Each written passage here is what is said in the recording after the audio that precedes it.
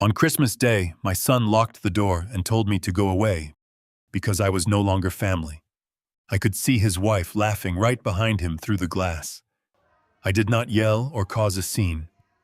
I just nodded, got in my car, and made exactly one phone call. 3 minutes later, every single one of their elite guests got up from the dining table and walked out the front door. Before I continue this story, let me know where you are watching from in the comments below. Hit like and subscribe if you have ever had to stand up to family who underestimated your worth. My name is Gordon Blake, and I am 68 years old.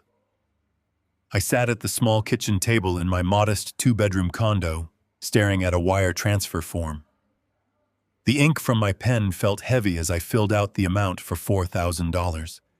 It was the exact shortfall for the monthly lease on the luxury estate my son Trevor and his wife Brooke rented in the hills. The pen hovered over the signature line. Next to the wire form sat a final notice for my own property taxes printed on bright pink paper. I shoved the tax notice under a stack of old newspapers and signed my name on the wire transfer. I slid the paper into an envelope. This had become my routine. I spent my days calculating how long my retirement savings would last at this rate while my son hosted venture capitalists and drove imported sports cars. He claimed it was all necessary to build the image for his new software startup. You have to look successful to attract success, he told me, every time he asked for another bridge loan. I folded the envelope and sealed it knowing I was bleeding myself dry so he could look the part. 2 weeks later, Thanksgiving arrived. I drove my 10-year-old truck up the winding paved driveway of their rented estate. The lawn was perfectly manicured, and luxury cars lined the cobblestone path. I walked through the massive double doors carrying a homemade pecan pie. The house was deafeningly loud, with the chatter of people wearing tailored suits and designer dresses. Brooke stood near the foyer, greeting guests with a glass of champagne. She looked me up and down, stopping at my scuffed leather boots. "Gordon," she sighed, stepping closer and lowering her voice so the guests would not hear. "We are hosting a very specific crowd tonight. Could you please take those boots off by the mudroom? They are tracking dust on the imported rugs." I looked down at my boots. They were perfectly clean. Before I could answer, Trevor grabbed my arm and pulled me toward the kitchen. The swinging doors closed, cutting off the music and laughter. "Dad," Trevor said, avoiding my eyes, "we have some heavy hitters out there tonight. Angel investors. I need everything to look absolutely flawless. It would really help me out if you could just stay in the kitchen and help the catering staff. Manage the back of the house so you do not clash with the aesthetic of the party out there." I stared at him. My own son was hiding me in the kitchen like a shameful secret. I nodded slowly and placed the pie on the stainless steel counter. I watched the catering staff rush past me carrying silver trays of caviar and roasted quail. One of the servers dropped a receipt folder near the sink. I picked it up to hand it back to him, but my eyes caught the name at the top of the invoice. It was my name. Gordon Blake. I opened the folder. The total for the catering services was $15,000, and the payment method listed at the bottom was a credit card number I recognized instantly. It was my emergency medical credit card. I waited until the kitchen cleared out before walking directly into the dining room. Trevor was laughing with a man in a velvet jacket. I tapped his shoulder and handed him the receipt folder. The smile dropped from his face. He quickly excused himself and dragged me back into the hallway. "Are you out of your mind?" Trevor hissed, grabbing the folder from my hands. "You cannot confront me in front of my investors." I pointed at the $15,000 total. "You stole my emergency card number to pay for a party." I stated my voice completely level. Trevor ran a hand through his hair and let out an exasperated sigh. "I did not steal it, Dad. I borrowed it for a business investment. If I impress these people tonight, I will secure $5 million in seed funding. You have to spend money to make money. I am building a future here." I looked at the marble floors and the crystal chandeliers. "I am paying your rent, Trevor. I just wired you $4,000 so you would not be evicted. Now you charge $15,000 to my name." Trevor crossed his arms and glared at me. "I will pay you back by Christmas. I swear on my life. Every single penny will be back in your account by the 25th of December. Just stop ruining my night and let me work the room." I did not raise my voice. I did not demand an apology. I simply turned around, walked out the back door, and got into my truck. The drive home was silent. When I got back to my condo, I opened my laptop and pulled up every bank statement, every credit card bill, and every wire transfer from the past 3 years. I sat at my kitchen table until the sun came up, documenting every cent I had poured into his illusion. The next morning, I walked into the downtown branch of my bank. Stephen, the branch manager, met me in the lobby. He wore a sharp suit now, but 40 years ago, he was a 19-year-old kid loading freight onto the very first delivery truck I ever bought. When I built my logistics company from a single rusted van into a regional fleet. Stephen was the first employee I ever hired. He ushered me into his private office and closed the blinds.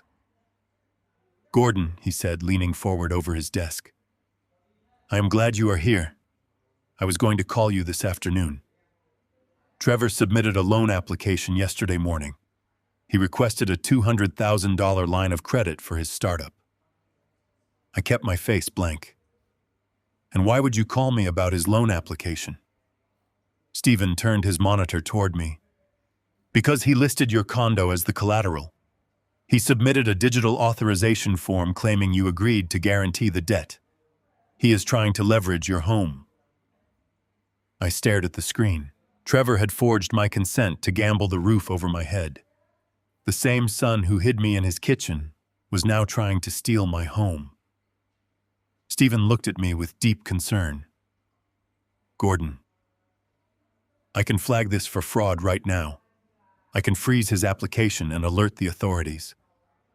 I looked at the digital signature on the screen.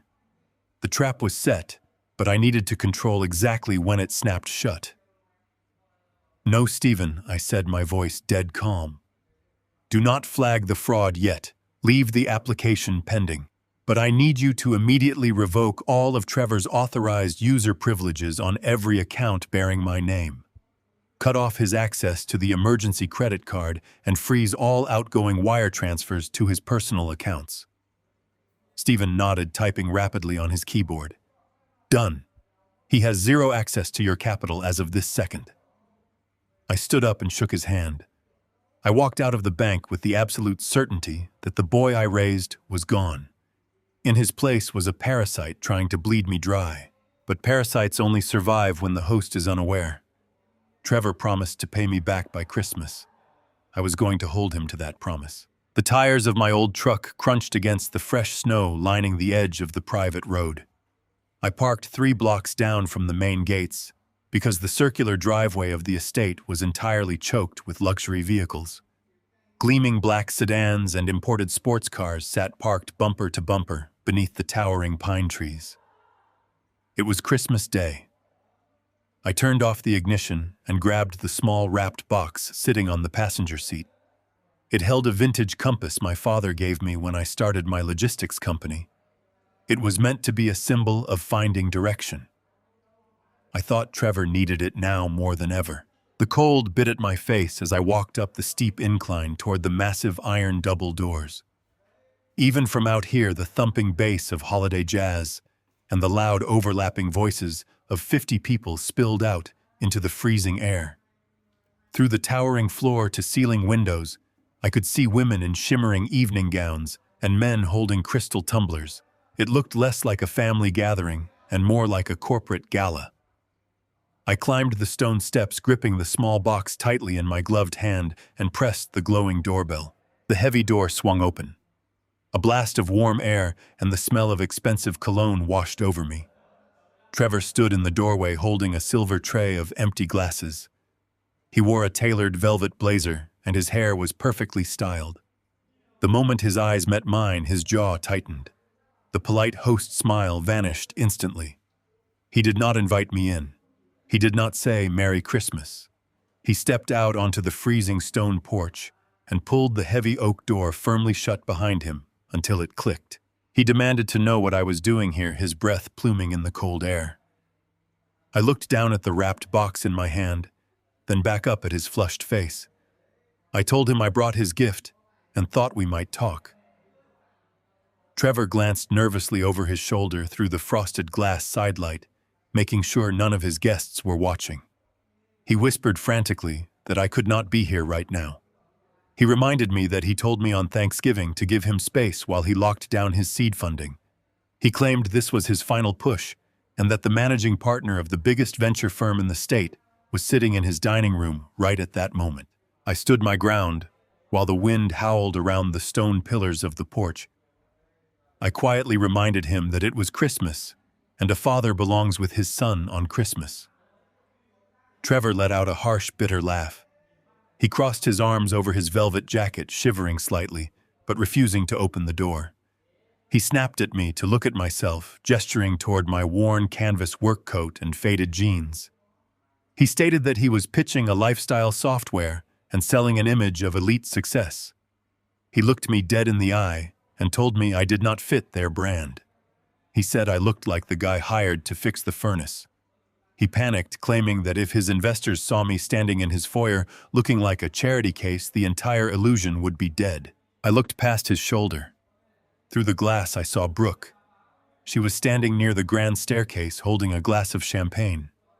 She caught my eye, leaned over to whisper something to a woman beside her, and covered her mouth as they both laughed.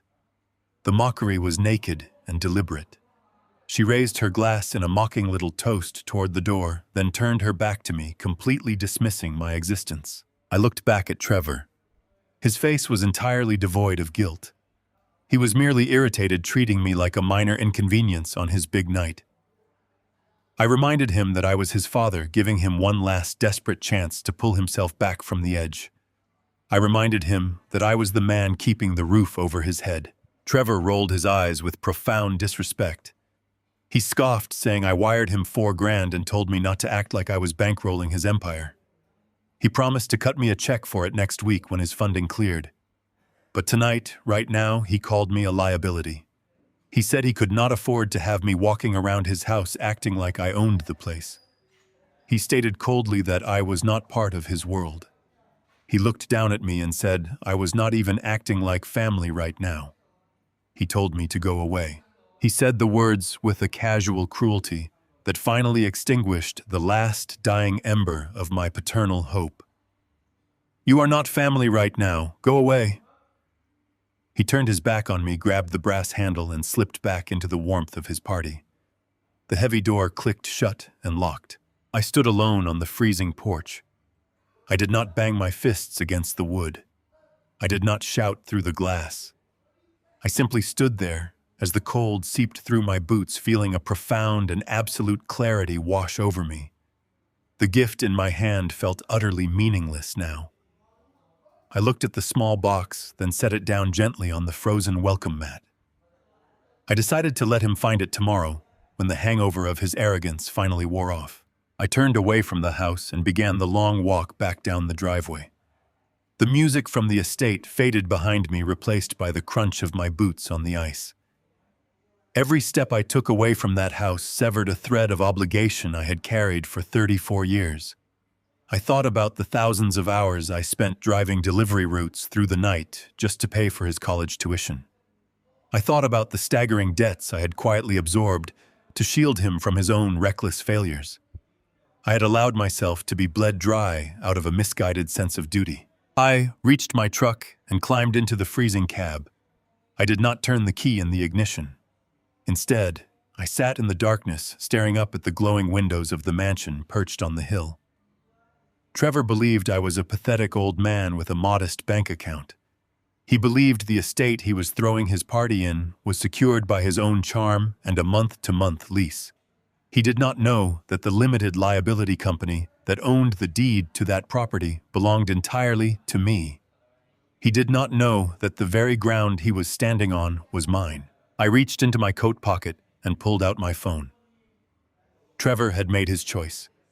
He had locked me out in the cold to protect an illusion. Now it was time to shatter that illusion entirely. The heavy oak door clicked shut, trapping the warmth and the music inside the house. Trevor stood on the freezing stone porch. He crossed his arms over his tailored velvet jacket. The fabric looked thin and useless against the bitter wind blowing off the hills. He did not look at my face.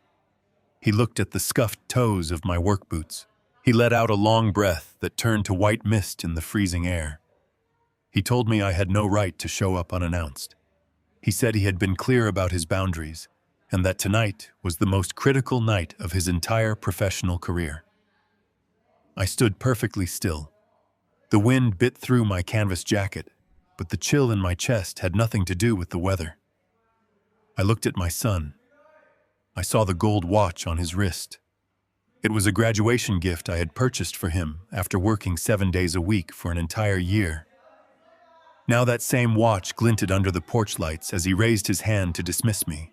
Trevor kept his voice low so the people inside would not hear. He told me I was suffocating him. He claimed my constant presence was a reminder of a blue-collar life he was desperately trying to escape. He said he was building a software empire. He said he was sitting at a table with billionaires and tech moguls. He leaned closer and his voice dripped with absolute disdain. He told me I did not fit his brand anymore. He said my faded jeans and my rough hands were a liability to his image. I listened to the boy I had raised. I thought about the decades I spent managing logistics routes.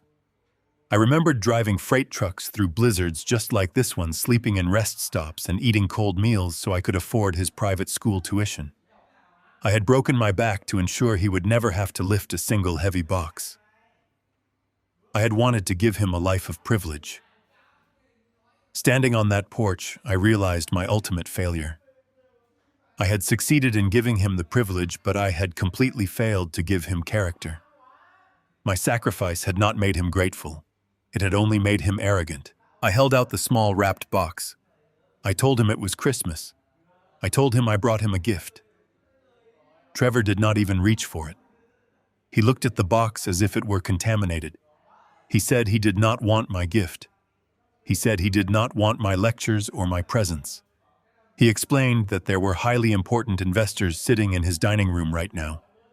He specifically mentioned a man named Leonard Croft. Trevor boasted that Leonard was the key to a $5 million seed round. He said Leonard was a man of immense wealth and sophisticated taste. Trevor stated that if Leonard saw me standing in the foyer looking like a charity case, the funding would vanish. Trevor took a step back toward the door. His face hardened into a mask of pure, cold calculation. He told me I was no longer a part of his world. He said I was an anchor dragging him down. Then he delivered the words that severed the final tie between us. He looked me directly in the eyes and said I was not his family anymore.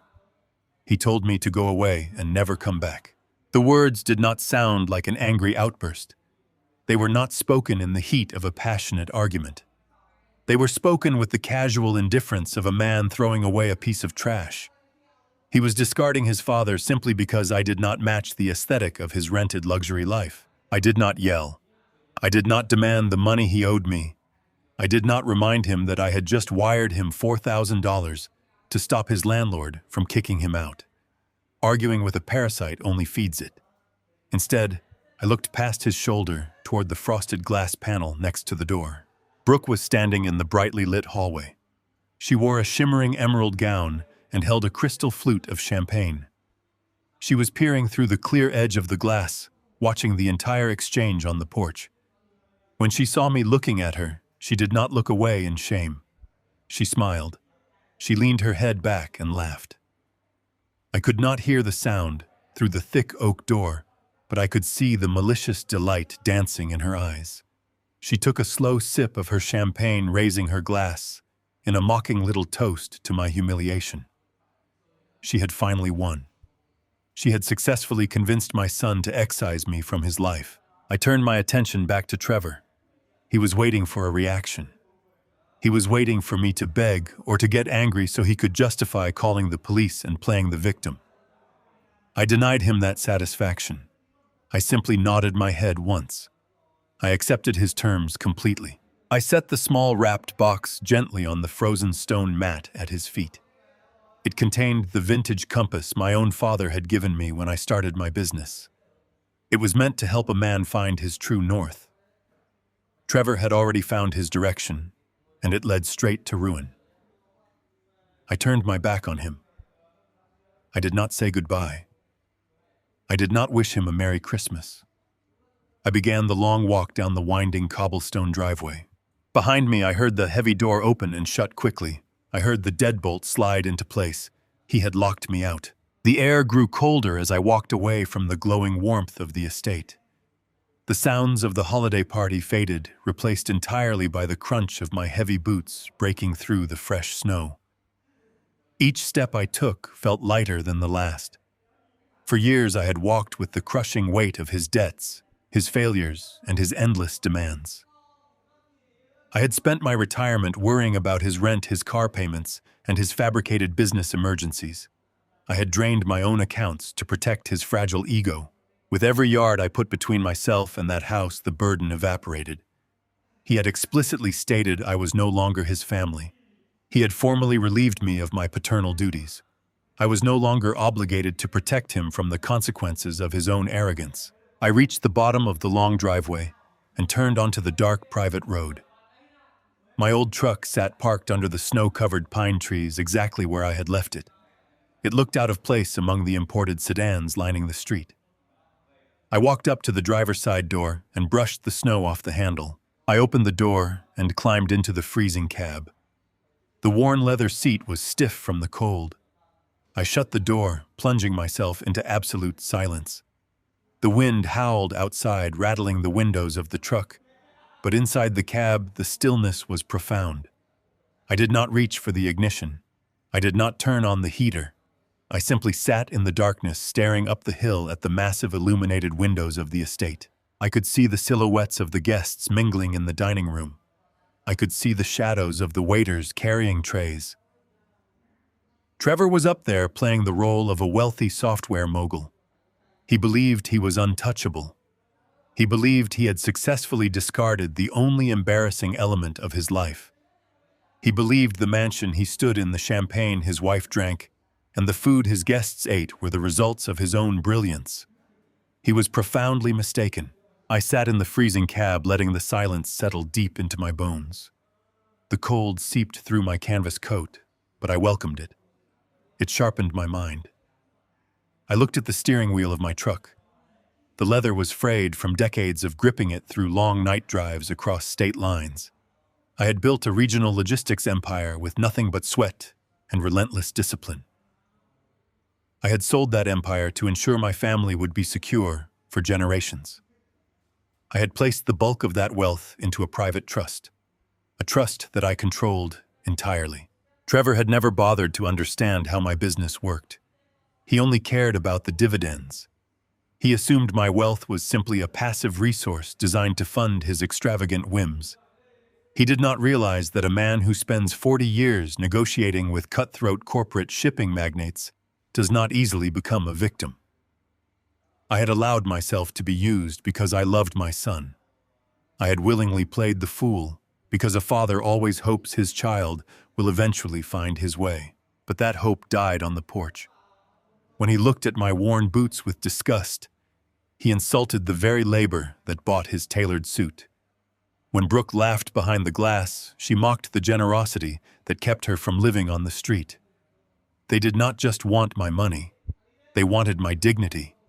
They wanted me to silently fund their arrogance while they erased me from their history. I watched the snow begin to fall heavier, blanketing the windshield of my truck.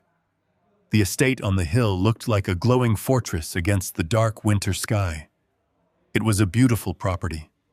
I knew every detail of its architecture because I had personally selected it. I knew the exact square footage of the dining room where Trevor was currently entertaining his guests. I knew the precise cost of the imported marble in the foyer where he had turned his back on me. I knew these things because my holding company owned the deed to the entire estate. Trevor believed he had negotiated a brilliant month-to-month lease with a faceless corporate entity. He had no idea that I was the sole proprietor of that entity. I had bought the property to serve as a quiet safety net, an asset that would eventually be passed down to him. I had allowed him to lease it from my company at a fraction of its true market value. Even then, he could not manage the payments. The $4,000 wire transfer I had signed just yesterday was merely me moving money from my personal account to cover the deficit in my corporate account, so he would not trigger an automatic eviction. He was standing in my house drinking champagne paid for by my credit card, demanding that I leave his property. The sheer audacity of his delusion was almost impressive. I slowly reached into the inner pocket of my heavy canvas coat. My fingers brushed against the folded pink notice for my overdue property taxes. I bypassed it and pulled out my mobile phone. The screen illuminated the dark cab, casting a harsh white light across my face. I unlocked the device. The device felt heavy with the weight of the destruction it was about to unleash. I had spent my entire life building protective walls around my son. I had absorbed his failures, hidden his mistakes, and paved his roads with my own capital. I had created a weak, entitled man who believed the world bowed to his aesthetic. The time for protection was over. It was time for a brutal education. He wanted to be a self-made man. He wanted to run an empire. He wanted to be entirely independent of his father. I was going to grant him his Christmas wish. I was going to instantly remove every single brick of the foundation I had placed beneath his feet. I was going to let him experience the crushing weight of gravity. I opened my contact list and scrolled down to the letter L. Trevor was terrified that I would ruin his pitch to Leonard Croft. He was terrified that my blue-collar presence would shatter his elite image. I stared at the name on my screen. Trevor assumed I was just a retired truck driver with no connections. He had no idea that 40 years ago, before Leonard Croft became a billionaire tech magnate, he was a bankrupt kid facing ruin. He had no idea that I was the man who had personally bailed Leonard out and funded his very first venture. I was not going to ruin his pitch. I was going to erase it. I prepared to initiate the sequence of events that would leave him with absolutely nothing. The engine of my truck remained silent. The heater was completely shut off. The biting winter cold slowly permeated the thin metal of the doors, seeping through my heavy canvas coat. I did not care about the freezing temperature. My mind was entirely consumed by a cold and absolute clarity. Through the frosted windshield, I stared up at the massive illuminated windows of the rented estate. I could clearly see the silhouettes of 50 elite guests laughing and drinking champagne. I could see my son standing in the center of the grand dining room. He was wearing his tailored velvet jacket. He was holding a crystal glass. He was gesturing wildly as he pitched his software startup to the wealthiest investors in the state. He looked like a man who owned the world. He had just locked his own father out in the freezing snow to protect that illusion. I reached into the inner pocket of my coat. My fingers brushed past the overdue property tax notice that I had ignored just to pay his rent. I pulled out my mobile phone. The bright screen cast a harsh white glow across my face in the dark cab. I opened my contact list. I bypassed my bank manager. I ignored the messages from my former business partners. I scrolled directly to the letter L. Trevor believed he was a master manipulator. He spent $15,000 of my emergency medical funds just to hire a premium catering staff. He did all of this to impress one specific man.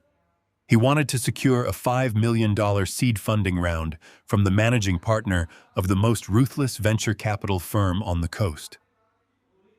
That managing partner was currently sitting at the head of Trevor's dining table eating roasted quail that I had unwittingly paid for.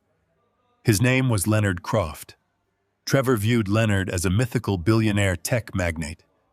He saw Leonard as a walking bank account that could instantly validate his extravagant lifestyle and fund his empty corporate promises. Trevor did not know that I had known Leonard long before the bespoke suits and the private jets. 35 years ago, Leonard was just a broke 22-year-old kid named Lenny. He was a brilliant but desperate programmer working out of a damp garage. Lenny had written a revolutionary routing algorithm for freight trucks. It was a piece of software that could optimize delivery times and save shipping companies millions of dollars in fuel. But Lenny had no capital. He had fallen behind on his loans. The bank was threatening to foreclose on his servers. A group of predatory corporate investors had cornered him. They offered to clear his minor debts only if he signed over 90% of his company and surrendered his intellectual property. They were going to steal his life's work for pennies and leave him with absolutely nothing. I owned a growing logistics fleet at the time. I saw what they were trying to do to him. I walked into that bank with a certified cashier's check drawn directly from my own business accounts. I paid off every single debt Lenny owed. I fully funded his commercial software launch. When he handed me the contract to sign over a massive equity stake in his new company, I pushed the paper back across the desk. I told him I did not want his company. I told him I simply wanted him to build something that actually mattered. I asked for nothing but a handshake and his word. Lenny kept his word. He built an absolute empire. He became Leonard Croft, the billionaire. To the rest of the business world, he is a ruthless titan of industry. To me, he is the desperate kid whose professional life I salvaged. I tapped Leonard's name on my screen. I pressed the phone to my cold ear. The line rang once. It rang twice. On the third ring, the call connected. The loud thumping rhythm of holiday jazz music blared through the speaker. I heard the muffled overlapping chatter of Trevor's affluent guests. "Gordon," Leonard shouted over the noise. "It has been far too long. Are you here? Trevor told me you were out of the country on a retirement cruise." I closed my eyes. The casual ease with which my son lied about my existence was staggering.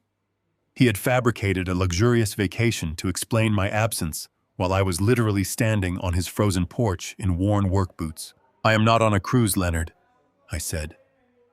My voice was completely flat and devoid of any warmth. "I am sitting in the cab of my truck at the bottom of the icy driveway. I brought a Christmas gift for my son." He locked the front door in my face. He told me I do not fit his brand. He told me I am no longer his family. The loud jazz music abruptly faded into the background.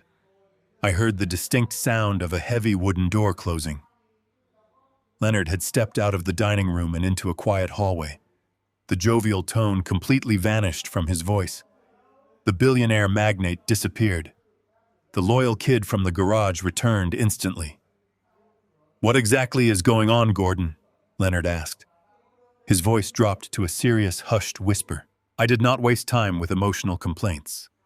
I delivered the facts with absolute clinical precision. The Blake Trust that Trevor is pitching to you tonight is a complete fabrication. He does not have a trust fund. He does not have generational wealth. Every single luxury you see inside that house is funded entirely by my diminishing retirement savings. I wired him $4,000 yesterday, just so his landlord would not evict him. He stole my medical credit card to pay for the catering staff serving you right now. I paused, letting the sheer weight of the financial betrayal sink into the mind of a man who despised liars. Leonard remained dead silent on the line. "He crossed a line today, Leonard," I continued. "My bank manager informed me this morning that Trevor forged my digital signature on a corporate loan application. He attempted to use my personal condo as collateral to secure $200,000 for his startup. He tried to gamble the roof over my head. I am executing a total asset freeze. I am cutting him off permanently as of tonight."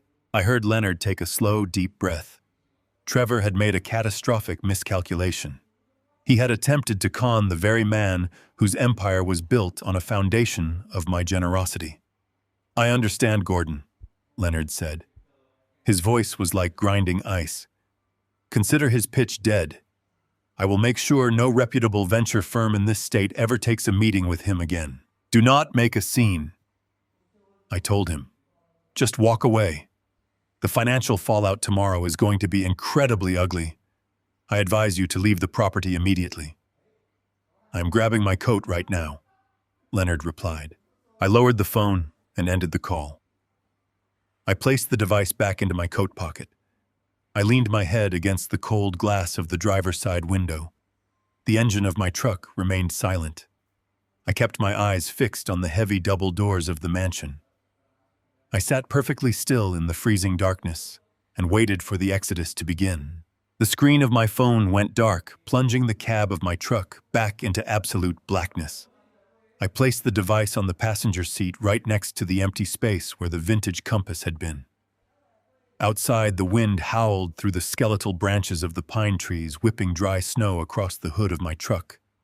I did not turn on the engine. I did not reach for the heater. I simply sat there, letting the freezing air sharpen my focus.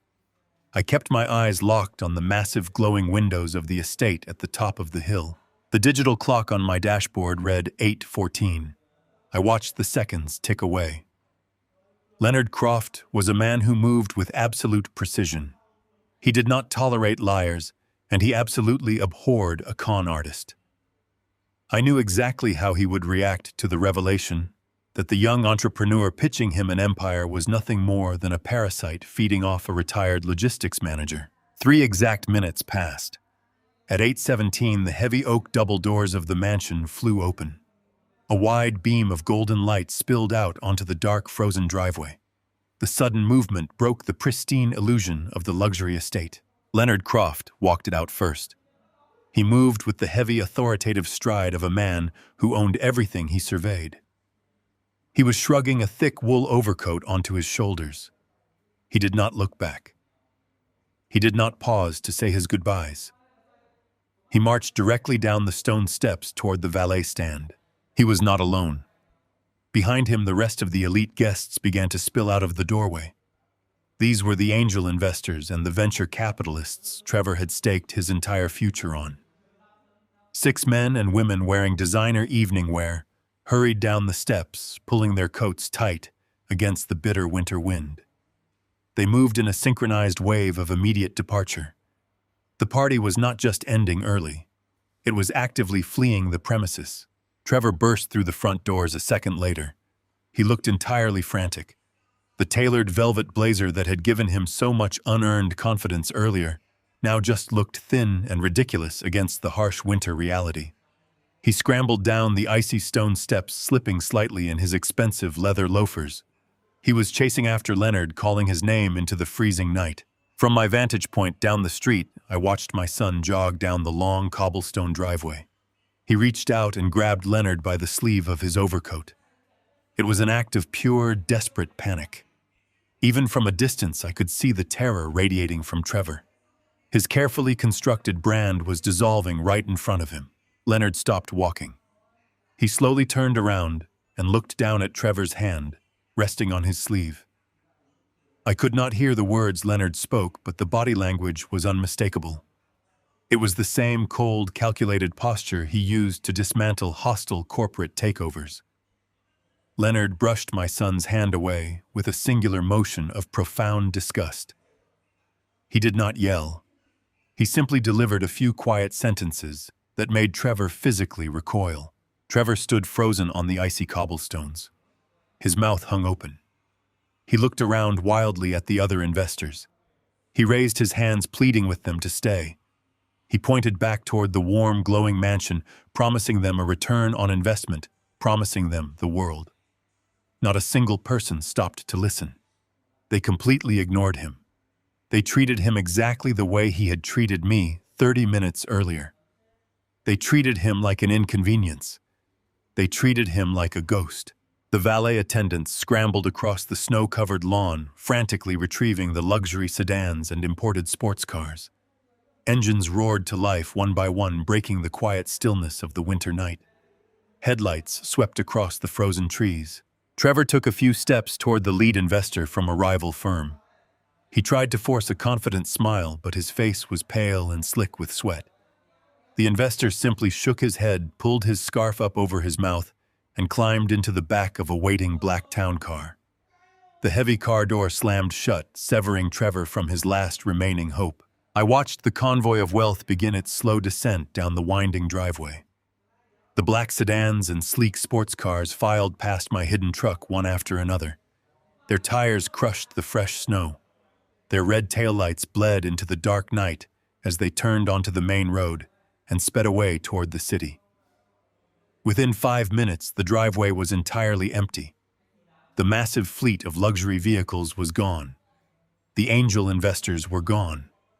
The $5 million seed funding was completely gone. Trevor was left completely alone. He stood in the dead center of the empty cobblestone driveway. The bitter wind whipped around him, ruffling his velvet jacket and messing his perfectly styled hair. He wrapped his arms around his own chest, shivering violently in the cold. He stared down the dark, empty road for a long time, watching the taillights fade into nothing. The illusion of his elite status had evaporated, leaving behind nothing but a broke, desperate man standing in the snow. Brooke appeared in the doorway at the top of the stairs. She hugged her arms, shivering in her emerald dress. She called out to him, her voice carrying a tone of shrill panic. Trevor did not answer her. He just stood there, staring into the dark. I felt no joy watching his empire crumble. I felt no triumphant thrill. I only felt the cold, hard satisfaction of a ledger being balanced. Trevor wanted to build his life without me. Now he would finally have the opportunity to try. I reached forward and turned the key in the ignition. The old engine of my truck roared to life, vibrating beneath my hands. I shifted into gear and pulled away from the curb, leaving the estate and the illusion far behind me in the dark. My work for the night was done, but the reckoning had only just begun. Tomorrow, the real financial guillotine would drop. The sun had not yet crested the horizon when the buzzing started. I sat at my small kitchen table holding a mug of black coffee, allowing the bitter steam to warm my face. On the counter a few feet away, my cellular phone vibrated against the laminate wood. It was a harsh, continuous drone that shattered the quiet stillness of Boxing Day morning. The screen illuminated the dark kitchen, casting a pale white glow over the faded floor tiles. The name flashing across the glass was Trevor. I did not move. I took a slow, deliberate sip of my coffee. The phone stopped buzzing for exactly 4 seconds before the screen lit up again. The cycle repeated itself over and over. I watched the missed call notification counter steadily climb. 22, 28, 35, 40. 40 frantic, desperate attempts to reach me before 7 in the morning. I knew exactly what was happening on the other end of that line. Trevor was not calling to apologize for locking me out in the freezing cold on Christmas Day. He was not calling to beg for my forgiveness for treating me like a shameful secret in front of his wealthy friends. He was calling because his carefully constructed universe was collapsing around his ears. Leonard Croft, leaving the party, had triggered a mass exodus. The venture capitalists, the angel investors, the people Trevor believed would elevate him to the status of a tech god, had vanished into the winter night. They left because I made a single phone call. Now Trevor was staring at the ashes of his $5 million seed round, and the panic was finally setting in. He needed his safety net. He needed his silent checkbook. He needed his father. But the man who had blindly written checks for 34 years was gone. The father who had driven night shifts across state lines just to buy him imported sneakers for middle school was dead. In his place sat a man who finally understood the exact price of his blind generosity. I watched the phone vibrate for the 41st time. I reached out, picked up the device, and powered it down completely. The screen went black. The kitchen fell into a profound, absolute silence. It was the most beautiful sound I had heard in years. I carried my coffee cup to the sink, rinsed it, and walked to the front closet. I pulled on my heavy canvas coat, the same coat Trevor had sneered at yesterday, and grabbed the keys to my truck. Stepping out into the crisp morning air, my breath plumed in the freezing temperature. The streets of my modest neighborhood were entirely deserted. Deflated plastic holiday figures and tangled string lights hung from the gutters of the neighboring condos, looking exhausted in the gray morning light. I climbed into the cab of my truck and turned the key. The old engine roared to life, a steady, reliable rumble that felt like an old friend. I drove through the quiet city, avoiding the highways. The world felt empty and still. Boxing Day had always been a day of rest for me. Decades ago, when I was building my logistics company from a single rusted van into a regional fleet, Boxing Day was the one morning I refused to answer dispatch calls. I would sit on the floor with Trevor, helping him assemble whatever expensive toys I had exhausted myself to buy him. I had wanted to give him a childhood free of financial anxiety. I wanted to build a fortress of comfort around him. I gripped the frayed leather steering wheel of my truck, realizing the bitter irony of my life work. I had built the fortress perfectly, but I had placed a tyrant on the throne. The downtown financial district was a ghost town of towering glass and steel. The traffic lights cycled from green to yellow to red for absolutely no one. I pulled my truck into the private parking garage beneath the towering structure of the premier regional bank. The main lobby doors were locked tight for the federal holiday. The heavy brass handles were chained, but I was not planning to use the front door.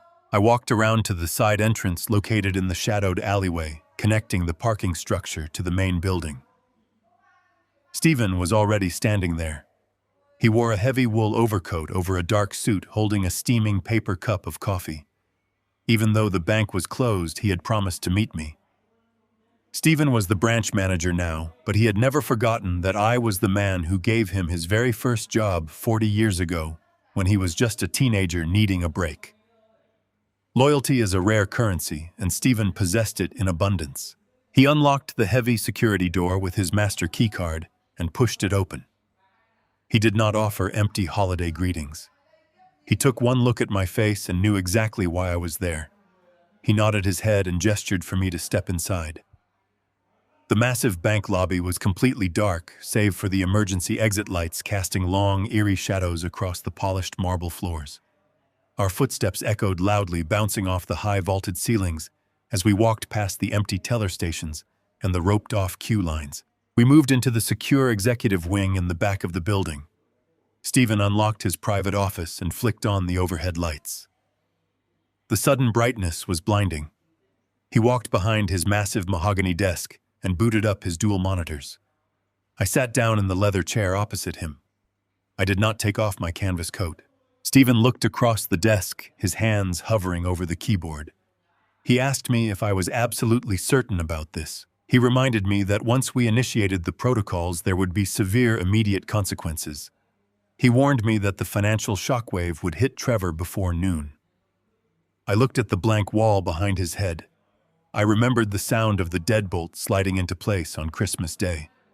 I remembered my son looking down his nose at me, telling me I was not his family. I turned my eyes back to Stephen. I told him to pull up every single account, every corporate lease, and every line of credit. I told him I was completely certain. I told him to drop the blade. The heavy mahogany doors of Stephen's private office clicked shut, closing out the cavernous silence of the empty bank lobby. The morning sun filtered through the horizontal blinds, casting long striped shadows across the polished wooden desk. I sat down in the deep leather chair opposite him. The residual cold from the early morning air still clung to my heavy canvas coat. Stephen walked around the desk and took his seat. He did not offer me coffee. He did not ask how my holiday was. He knew me far too well for empty pleasantries. He opened a locked lower drawer and pulled out a stack of thick manila folders, setting them gently on the desk between us. The top folder bore a simple printed label. It read, Blake Harbor Holdings. I stared at the black ink for a long time. For 3 years, that specific folder had been the absolute heaviest burden of my financial life. Trevor believed he was an incredibly persuasive negotiator. 3 years ago, he had found the sprawling estate in the hills and decided it was the perfect backdrop for his new startup founder persona. But his credit score was completely ruined from a string of failed tech ventures. No respectable management company would ever approve him for a lease on a property of that magnitude. He had called me in tears, claiming his entire future depended on securing that specific house. I did what I always did. I quietly absorbed his failure and paved his road. I instructed Stephen to form a blind limited liability company called Blake Harbor Holdings. I used my own capital to purchase the estate outright in cash. I then hired a third-party property management firm to act as the landlord. Trevor moved in completely oblivious. He bragged to everyone that he had charmed a strict corporate landlord into granting him a month-to-month verbal lease based entirely on his promising business plan. He believed he was paying market rent. He was actually paying a fraction of the property taxes, while I silently subsidized the rest of the massive overhead. Whenever Trevor complained about a broken imported dishwasher or a drafty window, I would secretly pay the management company thousands of dollars to have it repaired the very same day. Trevor boasted at dinner parties that he had the most responsive landlord in the city. He had no idea his father was the one footing the bill for every luxury he enjoyed. Stephen slid a heavy silver pen across the desk. It caught the morning light. He looked at me with a steady, professional gaze. He asked me if I was absolutely certain I wanted to lift the corporate veil. He warned me that once Trevor saw the true ownership documents, the illusion would be permanently shattered. There would be no going back to the way things were. I picked up the heavy silver pen. I thought about Brooke sipping champagne and laughing at my scuffed boots in a foyer that I literally owned. I thought about Trevor shoving me into the kitchen so I would not offend the sensibilities of men he was trying to con. I thought about the cruel words he threw at me on the freezing porch telling me I was no longer his family. I told Stephen that Trevor was the one who defined our new relationship. Trevor explicitly stated that we were not family. Therefore, we were strictly conducting a business transaction. And as a businessman, I was liquidating a toxic asset. I opened the folder. The top document was a formal disclosure of ownership. I signed my name on the bottom line with slow, deliberate strokes. The ink felt permanent and final. I moved to the next document. It was a formal notice of lease termination. Because Trevor had attempted to commit financial fraud by using my personal condo as collateral for his startup loan, he had violated the core morality clause I secretly embedded in the property management agreement. I did not have to give him a standard 90-day warning. I was legally terminating his month-to-month verbal lease effective immediately. I signed the eviction notice. I instructed Stephen to have the property manager hand-deliver the documents directly to the front door of the estate by noon today. I wanted the courier to ring the bell and hand Trevor a thick envelope. I wanted Trevor to open it and read the exact name of his landlord. I wanted him to see the legal signature of the father he had banished into the snow. Stephen took the signed papers and stamped them with his notary seal. The loud, definitive thud of the metal stamp echoed in the quiet office. The real estate trap was officially sprung. Trevor had exactly 48 hours to remove his belongings before the local sheriff would arrive to change the locks and physically escort him off the premises. But the masterstroke was not yet complete. I pushed the first folder back toward Stephen and reached for the second one. This folder contained the comprehensive automotive insurance policies. Brooke drove a massive imported luxury sport utility vehicle. She loved parading that giant machine through town, parking it illegally in front of high-end boutiques and exclusive fitness clubs. She treated that vehicle as a physical extension of her own superiority. She drove it with aggressive entitlement, assuming the road belonged exclusively to her. What she conveniently ignored was the fact that the vehicle was fully insured under my master commercial policy. When Trevor leased her the car, he could not afford the astronomical premium required for a high-performance imported vehicle. I had quietly bundled her car into the insurance plan for my logistics company fleet. Every single month I paid the massive premium to keep her street legal. When she got expensive parking tickets and minor traffic citations, the notices went straight to my fleet management office. I paid them quietly to avoid her getting a suspended license. She constantly mocked my 10-year-old truck while steering a machine that I literally kept on the road. I pulled my mobile phone from my coat pocket and dialed the direct line to my commercial insurance broker. The broker answered on the second ring, recognizing my number immediately. I told him I needed to make an emergency adjustment to my master policy. I read him the specific vehicle identification number for the luxury sport utility vehicle. I instructed him to completely sever the vehicle from my coverage plan effective immediately. The broker paused. He warned me that removing the vehicle without prior notice to the primary driver would instantly render the car uninsured. He stated that if she drove it on public roads, she would be violating state laws and would be subject to immediate license suspension and severe financial penalties. He also reminded me that the Department of Motor Vehicles would be automatically notified of the lapse in coverage. I told the broker that the driver of that vehicle was no longer my responsibility. I told him to execute the cancellation right now and email me the official confirmation receipt. I ended the call and placed the phone face down on the polished mahogany desk. I looked at Stephen. He was quietly organizing the paperwork, sliding the signed eviction notices into a fresh courier envelope. The sheer efficiency of the process was staggering. In less than 30 minutes, I had completely dismantled the foundation of their arrogant lifestyle. I had revoked their shelter and stripped them of their mobility. I sat back in the deep leather chair and let out a long breath. The financial guillotine had finally dropped. There was no dramatic screaming match. There was no bitter confrontation. There was simply the cold, hard application of reality. Trevor and Brooke had spent 3 years floating on a cloud of my silent generosity. They mistook my quiet support for weakness. They assumed my financial sacrifice was simply their unearned birthright. Now the cloud was gone. Gravity was going to hit them with absolutely devastating force. Brooke would try to take her luxury car to the boutique to soothe her wounded pride over the ruined Christmas party, and she would find her credit cards declined and her insurance completely voided. Trevor would try to scramble for a new fraudulent loan, only to discover he was locked out of every account and facing an immediate legal eviction from an estate owned by the man he threw out into the snow. I stood up from the chair and buttoned my canvas coat. Stephen handed me the copies of the executed documents. I took them and slid them deep into my pocket. I shook his hand, thanking him for his unwavering loyalty. I walked out of the office and back through the dark, silent bank lobby. I pushed open the side door and stepped back out into the freezing winter morning. The air felt incredibly clean. I climbed back into the cab of my truck, turned the key, and drove away, ready to watch the absolute destruction of their arrogant illusion. The sharp click of Brooke's designer heels echoed across the polished marble floor of the boutique. The air inside the store smelled of rich leather and expensive floral arrangements.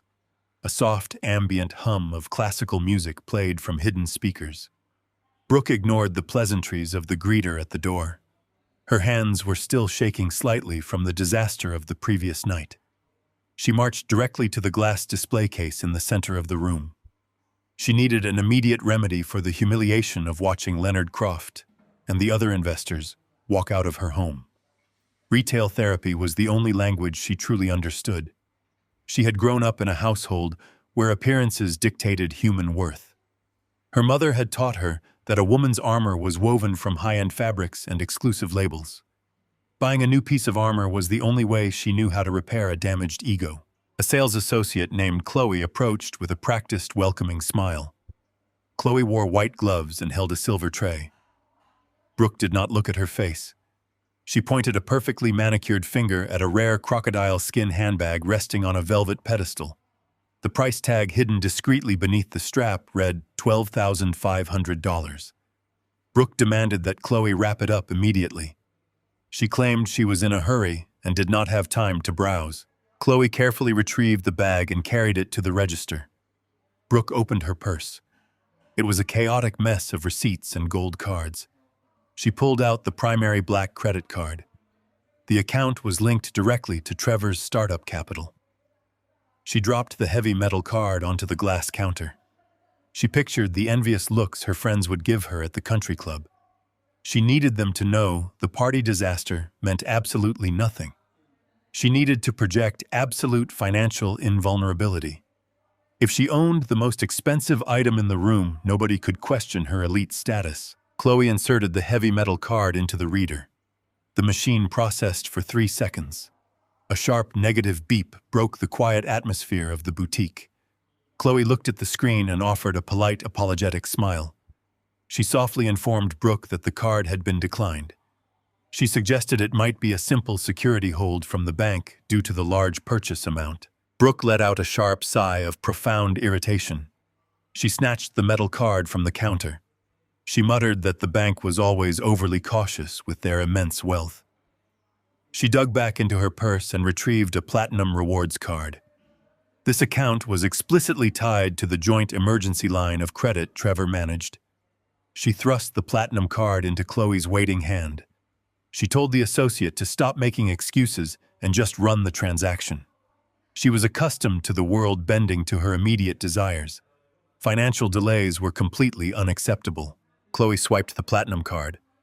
The machine beeped again. Declined. The polite smile on the face of the sales associate faltered slightly. The ambient classical music suddenly felt grating to Brooke. A cold bead of sweat formed at the base of her neck. Two other wealthy patrons browsing nearby paused their shopping and glanced over at the register. The silence in the boutique amplified the mounting humiliation. Brooke felt a tight knot form in her stomach. She snatched the platinum card back. Her voice rose an octave, shattering the serene atmosphere of the store. She demanded that Chloe run it again. She insisted the machine was broken. She claimed her husband possessed millions in liquid assets and that a $12,000 purchase was absolute pocket change. She ordered Chloe to manually input the numbers. Chloe complied, keeping her face carefully blank, and ran the card a third time. The red declined notification flashed on the digital display for everyone to see. Panic began to claw at the edges of Brooke's mind. The memory of the previous night flashed before her eyes. Gordon walking silently down the icy driveway. Leonard Croft leaving without a single word of goodbye. The absolute silence of the empty mansion after the guests fled. Brooke tore through her leather wallet. She pulled out every single piece of plastic she possessed. She slapped a blue travel rewards card onto the glass. Declined. She threw down a silver department store card. Declined. She produced a basic debit card linked to her personal checking account. The machine beeped its final flat rejection. Declined. Every single financial lifeline she had was severed. The velvet rope of her luxury world had just been violently pulled tight around her neck. The limitless funds she had enjoyed for 3 years were gone in an instant. Chloe slowly pushed the pile of useless plastic back across the counter. Her voice was entirely devoid of the deferential warmth she had used earlier. She politely suggested that Brooke contact her financial institution to resolve the outstanding issues. She gently picked up the crocodile bag and returned it to the velvet pedestal inside the glass case.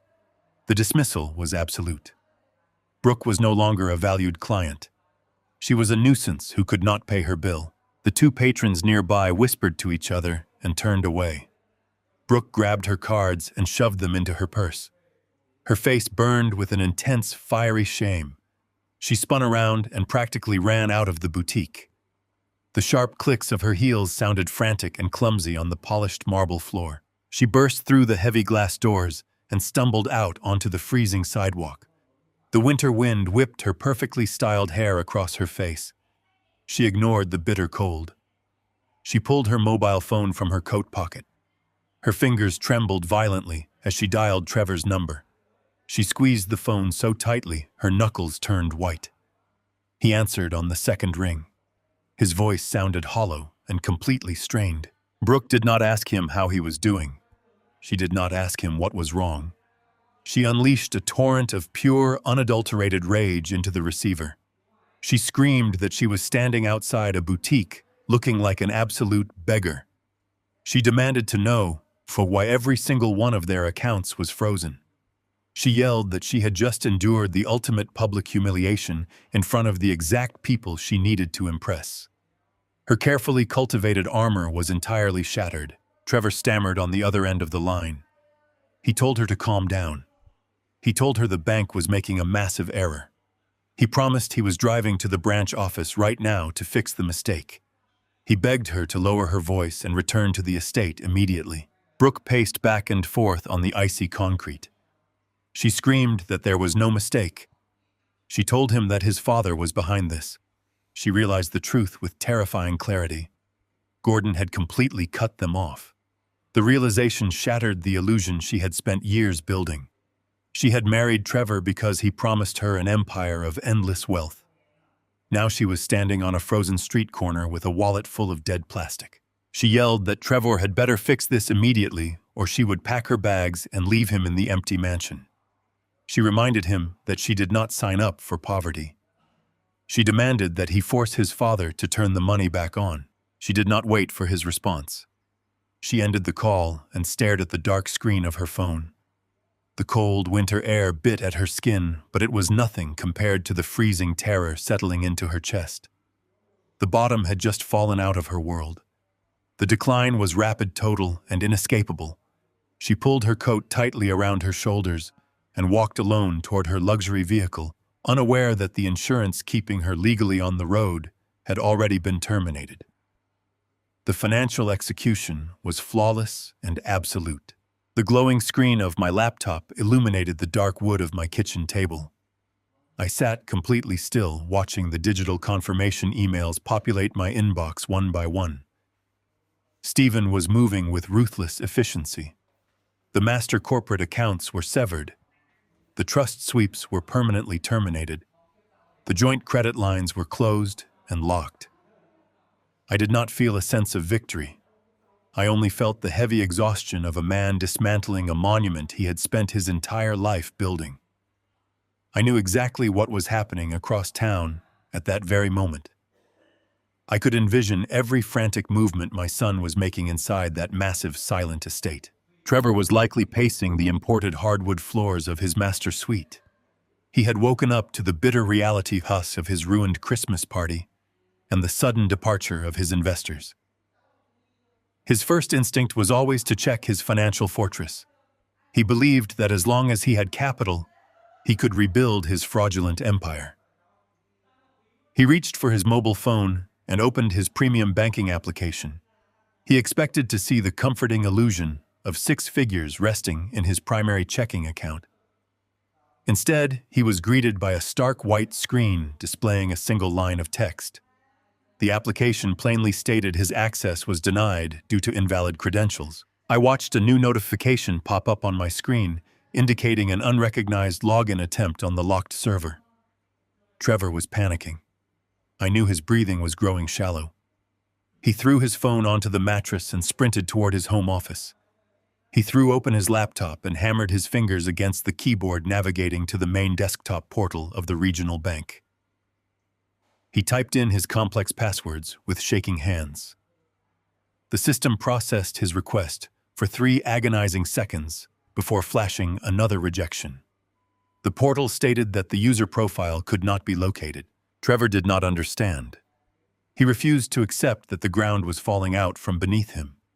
He picked up his phone and dialed the platinum customer service line reserved for elite account holders. He paced back and forth in his velvet robe, preparing to berate some unfortunate customer service representative. He believed he was a titan of industry, facing a minor technical glitch. When the representative answered, Trevor immediately launched into a tirade.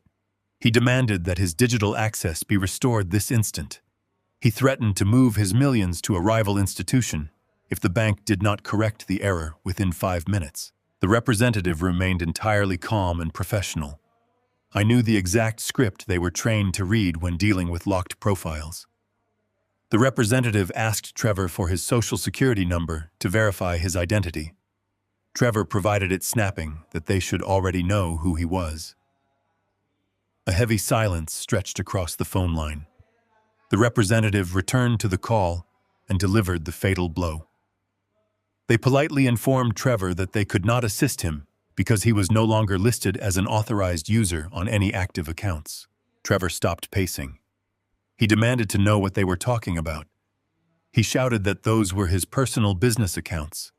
He claimed he had a massive balance that he needed to access immediately to salvage his company. The representative spoke with clinical detachment. They explained that the accounts in question were never solely in his name. They were subsidiary accounts attached to a master corporate ledger. The primary account holder had initiated a total asset separation protocol early that morning.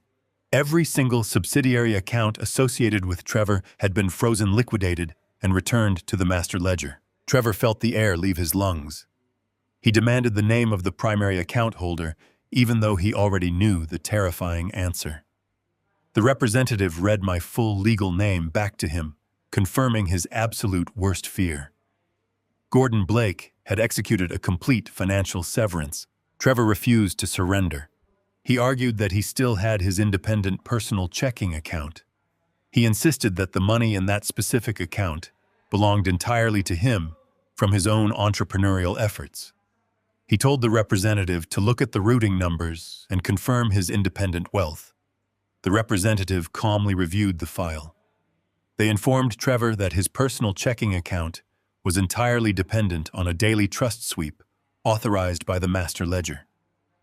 Because the authorization was revoked, the sweep had reversed to reclaim the unearned capital. The current available balance on his personal checking account was exactly $0.00. Trevor dropped his phone. The device clattered against the expensive hardwood floor. He stood in the dead center of his lavish home office surrounded by expensive modern art and imported leather furniture that he suddenly could not afford. The reality of his situation crashed down on him with the weight of a collapsing building. He had no startup capital. He had no emergency funds. He had no checking balance to even buy a cup of coffee. He was an absolute ghost in the financial system. His entire identity was a mirage funded by the man he had cast out. My own mobile phone vibrated on the kitchen counter beside my laptop. The caller identification displayed his name. I let it ring. I watched the screen flash silently until the call rolled over to voicemail. A minute later, an audio file appeared in my inbox. I clicked the play button and listened to the sound of my son completely unraveling. His voice was high and thin, stripped of all the arrogant bravado he had worn like a mask for 3 years. He was hyperventilating. He begged me to pick up the phone. He told me the bank had made a catastrophic mistake and wiped him out. He pleaded with me to call Stephen and fix the error before his remaining vendors realized he was broke. He promised he would apologize for the party. He promised he would introduce me to his friends. He promised he would be a better son if I just turned the money back on. He did not understand that his promises were entirely worthless. He was trying to negotiate with a man who had already left the negotiating table. He thought he was experiencing a temporary punishment for his bad behavior. He did not realize this was a permanent eviction from my life. He was crying into the receiver, telling me he was scared, telling me he had absolutely nothing to his name. He begged me to save him one last time. I listened to the voicemail end. The quiet hum of the refrigerator filled my kitchen. I did not delete the message. I saved it in a secure folder alongside the lease termination documents and the insurance cancellation receipts. I closed my laptop and carried my empty coffee mug to the sink. The financial excision was complete. Trevor was finally an independent man. The heavy oak door of my condominium rattled under the force of a frantic pounding. I sat in my leather armchair listening to the violent thuds echoing through the quiet hallway. I did not rush to answer. I took a slow sip of my black coffee, letting the bitter warmth settle in my chest. The pounding grew louder and more desperate. I placed the mug on the glass coffee table and stood up. I walked across the woven rug with measured, deliberate steps. I unlocked the deadbolt and pulled the door open. Trevor shoved his way inside before the door was even fully ajar. Brooke followed immediately behind him, her face pale and her jaw locked tight. A third person stepped over the threshold, closing the door behind him. He was a man I did not recognize. He wore a poorly tailored gray suit that bunched awkwardly at the shoulders. His tie was slightly crooked, and his leather shoes scuffed the hardwood floor. He carried a thick leather briefcase that looked heavy and worn. He did not possess the polished, expensive aura of the corporate attorneys I usually dealt with. He looked like a man who chased ambulances and fed on desperation. Trevor stood in the center of my living room, breathing heavily. His eyes darted around the space as if he were looking for a physical pile of cash he could simply snatch and carry away. He pointed a trembling finger at me. He told me I had gone completely insane. He He said the bank had locked him out of every single portal, and the estate manager had slapped an eviction notice on his front door. The stranger in the gray suit stepped forward and raised his hand, signaling Trevor to stop talking. He cleared his throat and puffed out his chest, trying to project an authority he clearly did not possess. He introduced himself as Arthur Vance. He stated he was an attorney specializing in family law and emergency asset protection. He dropped his heavy leather briefcase onto my kitchen island. The metal clasps snapped open with a loud, sharp click. He pulled out a thick stack of legal documents printed on heavy bonded paper. Arthur Vance did not wait for an invitation to speak. He launched into a rapid, aggressive monologue. He told me he had reviewed the erratic financial maneuvers I had executed over the past 24 hours. He stated that freezing corporate accounts and terminating active leases without any prior warning were actions of a man who had lost his grip on reality. He leaned over the granite counter, his voice dropping into a menacing register. He told me my son was deeply concerned about my sudden mental decline. He claimed these destructive actions were clear indicators of a severe psychotic break. I stood perfectly still and watched his performance. He was trying to overwhelm me with legal jargon and aggressive posturing. He believed I was a fragile old man who would cower under the threat of institutional authority. He tapped a thick, manicured finger against the stack of papers. He told me he had prepared a petition for emergency guardianship. He said if I did not immediately sign a medical power of attorney, granting Trevor full control over my estate, he would file the petition with the county judge tomorrow morning. He threatened to have my assets frozen by the state and my person committed to a medical facility for psychological evaluation. Brooke saw her cue and stepped directly into my line of sight. She pressed her hands against her cheeks. She forced her breathing to become shallow and ragged. She squeezed her eyes tightly shut until real tears began to gather on her lower lashes. She sobbed loudly, telling me I was destroying my own bloodline. She cried that I was ruining their entire future out of pure senile spite. She asked how I could abandon my only son in his hour of greatest need. She put on the performance of a devastated, terrified victim. She wiped her eyes carefully, making absolutely certain she did not smear her expensive makeup. I looked from Brooke to Trevor. Trevor stepped forward, adopting a tone of deep, artificial sorrow. He told me he did not want to do this. He said it broke his heart to see his father completely lose his mind. He claimed he loved me and only wanted to protect the family legacy before I accidentally destroyed it in my confusion. He begged me to just sign the papers Arthur Vance had brought. He promised that once he had legal control, he would make sure I was placed in a very comfortable high-end nursing facility where I could rest peacefully without the stress of managing complex finances. The sheer audacity of their plan was almost impressive in its absolute moral bankruptcy. They had no money to fight a legitimate legal battle, so they were attempting a psychological ambush. They wanted to terrorize me into willingly handing over the keys to my kingdom. I did not raise my voice. I did not display any anger. I looked directly into the eyes of Arthur Vance. I told him he was a very poor judge of character. I stated that a psychotic break implies a detachment from reality. I informed him that I had never seen reality more clearly in my entire life. I looked at the thick stack of papers resting on my kitchen island. I told Arthur that his emergency guardianship petition was completely worthless. I stated that my personal medical records had been fully updated and certified by 3 independent specialists just last month during a routine insurance evaluation. I told him any judge would look at his desperate filing and immediately recognize it as a transparent extortion attempt by a bankrupt heir. Arthur Vance lost his confident posture. His shoulders slumped slightly, and his eyes darted toward Trevor. Trevor had clearly not informed his cheap lawyer about the reality of my meticulous record-keeping. I turned my attention to Brooke. I told her the tears were a nice theatrical touch, but her performance lacked genuine emotional resonance. I pointed out that a woman truly devastated by senile spite would not be wearing a fresh coat of premium lip gloss and holding a designer handbag that she had undoubtedly tried to purchase earlier that same day. I watched the fake sorrow instantly vanish from her face, replaced by a cold, rigid mask of pure hatred. She dropped her hands from her cheeks and glared at me, her chest heaving with silent rage. Trevor dropped the concerned son act entirely. The artificial sorrow melted away, revealing the terrified, desperate man underneath.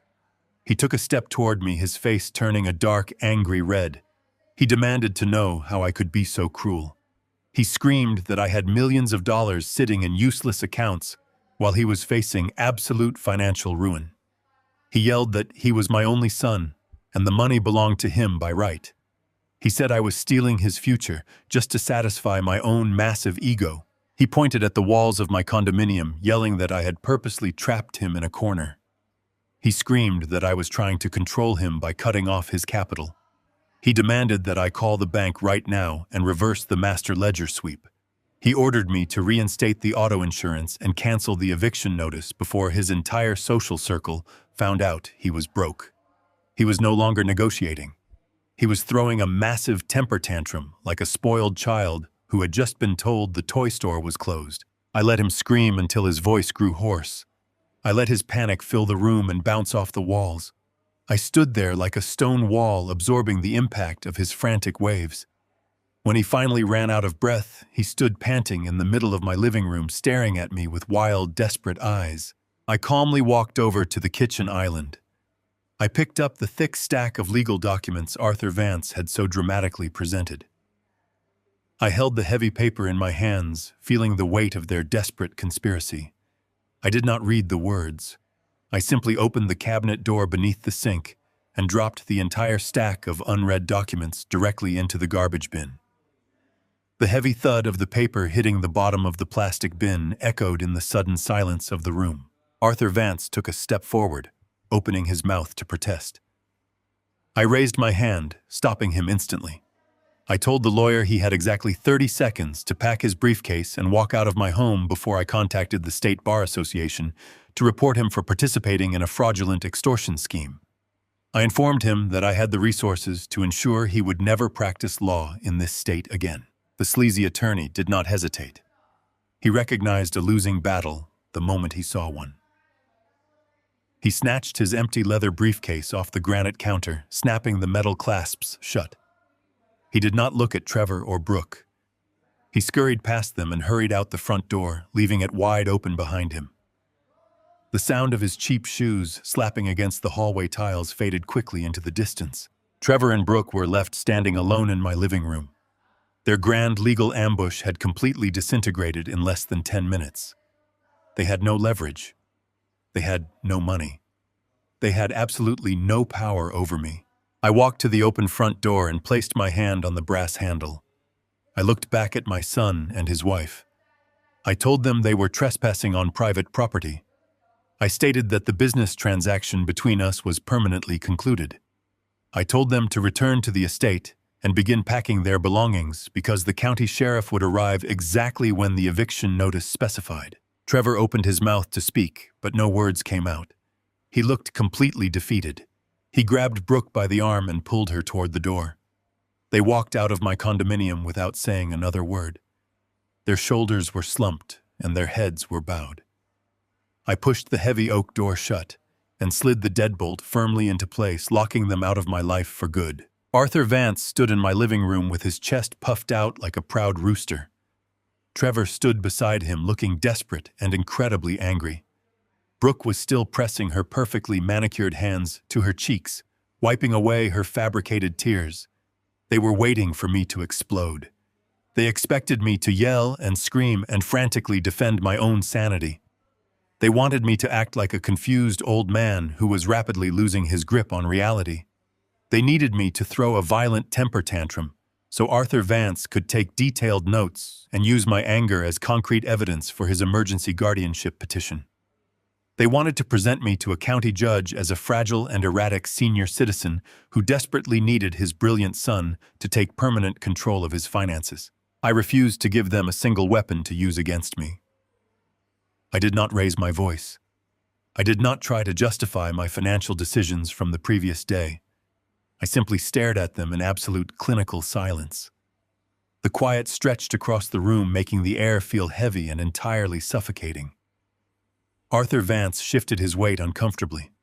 His cheap leather shoes squeaked against my hardwood floor. He was a man who thrived on chaos and screaming matches in crowded courtrooms. My total lack of emotion unnerved him completely. I turned my back on the three of them. I walked away from the kitchen island and moved toward my heavy oak study desk in the far corner of the room. Trevor let out a loud, arrogant sigh, thinking I was retreating. He told his lawyer that I was finally giving up and realizing I was beaten. I ignored his pathetic commentary. I opened the bottom drawer of the desk and pulled out a thick manila folder. The folder was heavy, filled with hundreds of pages of raw financial data. It was the exact result of the forensic accounting audit I had authorized Stephen to execute 24 hours earlier. I carried the heavy folder back to the kitchen island. I held it in my hands for a brief moment, feeling the immense weight of my son and his ultimate betrayal. I lifted the folder and dropped it flat onto the granite countertop. The loud, sharp smack of the heavy paper hitting the stone echoed through the entire condominium like a gunshot. Brooke actually jumped backward, startled by the sudden noise. Her fake tears vanished instantly. Arthur Vance blinked rapidly, his false confidence wavering as he stared at the massive stack of documents. I looked directly at Trevor. I told him his decision to pursue an emergency guardianship was a fascinating tactical choice. I explained that when an individual attempts to declare an estate holder legally incompetent, it triggers an automatic and immediate defensive protocol. I told them that my primary bank does not simply hand over millions of dollars to a weeping daughter-in-law and a frantic son based on a few legal threats. I stated that the very first step in defending against a hostile guardianship petition is to initiate a total comprehensive forensic audit of every single financial asset connected to the estate. I wanted to map every single dollar that moved in and out of my accounts over the past 5 years. I explained that I needed to prove my absolute financial competency to the court to defeat their ridiculous claims. I told Trevor that his aggressive legal threat was the exact catalyst that forced me to open the darkest corners of his financial history. He had brought a cheap lawyer into my home to steal my future, but he had inadvertently ordered his own execution. Trevor lost a fraction of his arrogant posture. He swallowed hard, his Adam apple bobbing in his throat. He told me I was bluffing. He claimed he had nothing to hide and that my audit was just a pathetic stalling tactic from a sick old man. Brooke chimed in, supporting his delusion. She told Arthur Vance to ignore my theatrical folder and proceed with the legal paperwork.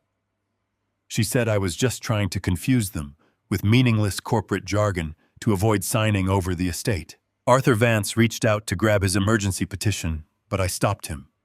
I told the lawyer he should pay very close attention to the contents of my folder before he tied his professional license to a sinking ship.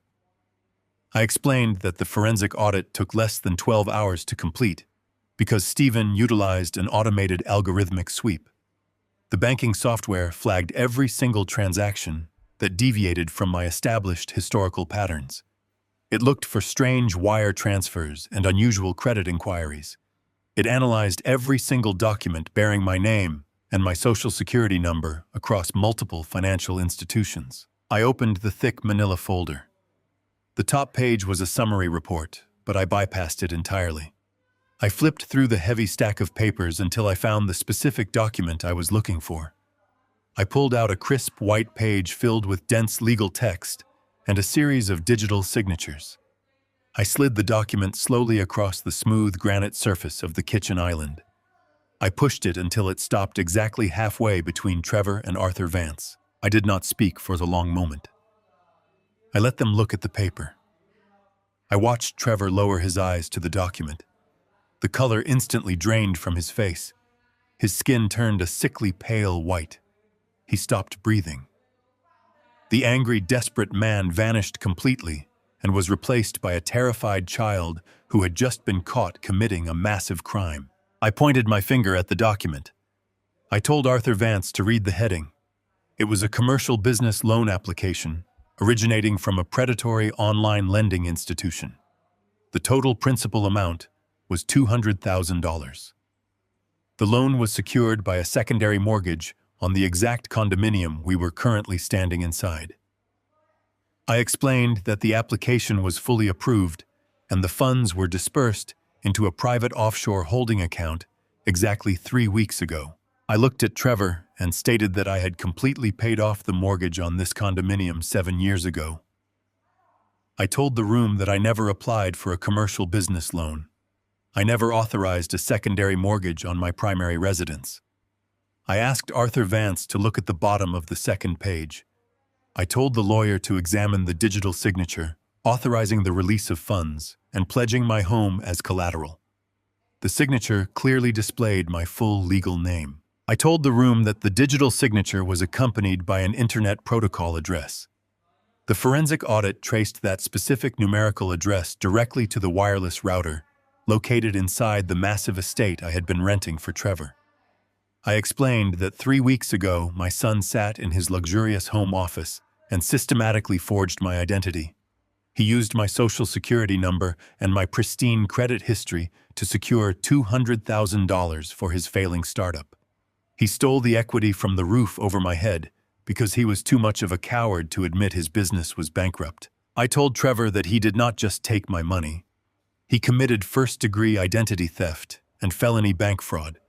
He used the interstate wire system to steal $200,000, which automatically elevated his desperate mistake to a severe federal crime. Brooke let out a sharp gasp. She looked at the document on the granite counter and then turned her head slowly to look at her husband. She asked Trevor if it was true. She demanded to know if he had actually forged a massive loan using his father as collateral. Trevor did not look at her. He could not tear his eyes away from the paper. He was physically shaking now. His hands trembled violently at his sides. He muttered that he only meant to borrow the money for a few months. He whispered that his startup just needed a small bridge loan to survive the winter, and he was planning to pay it all back before I ever noticed the secondary mortgage on my credit report.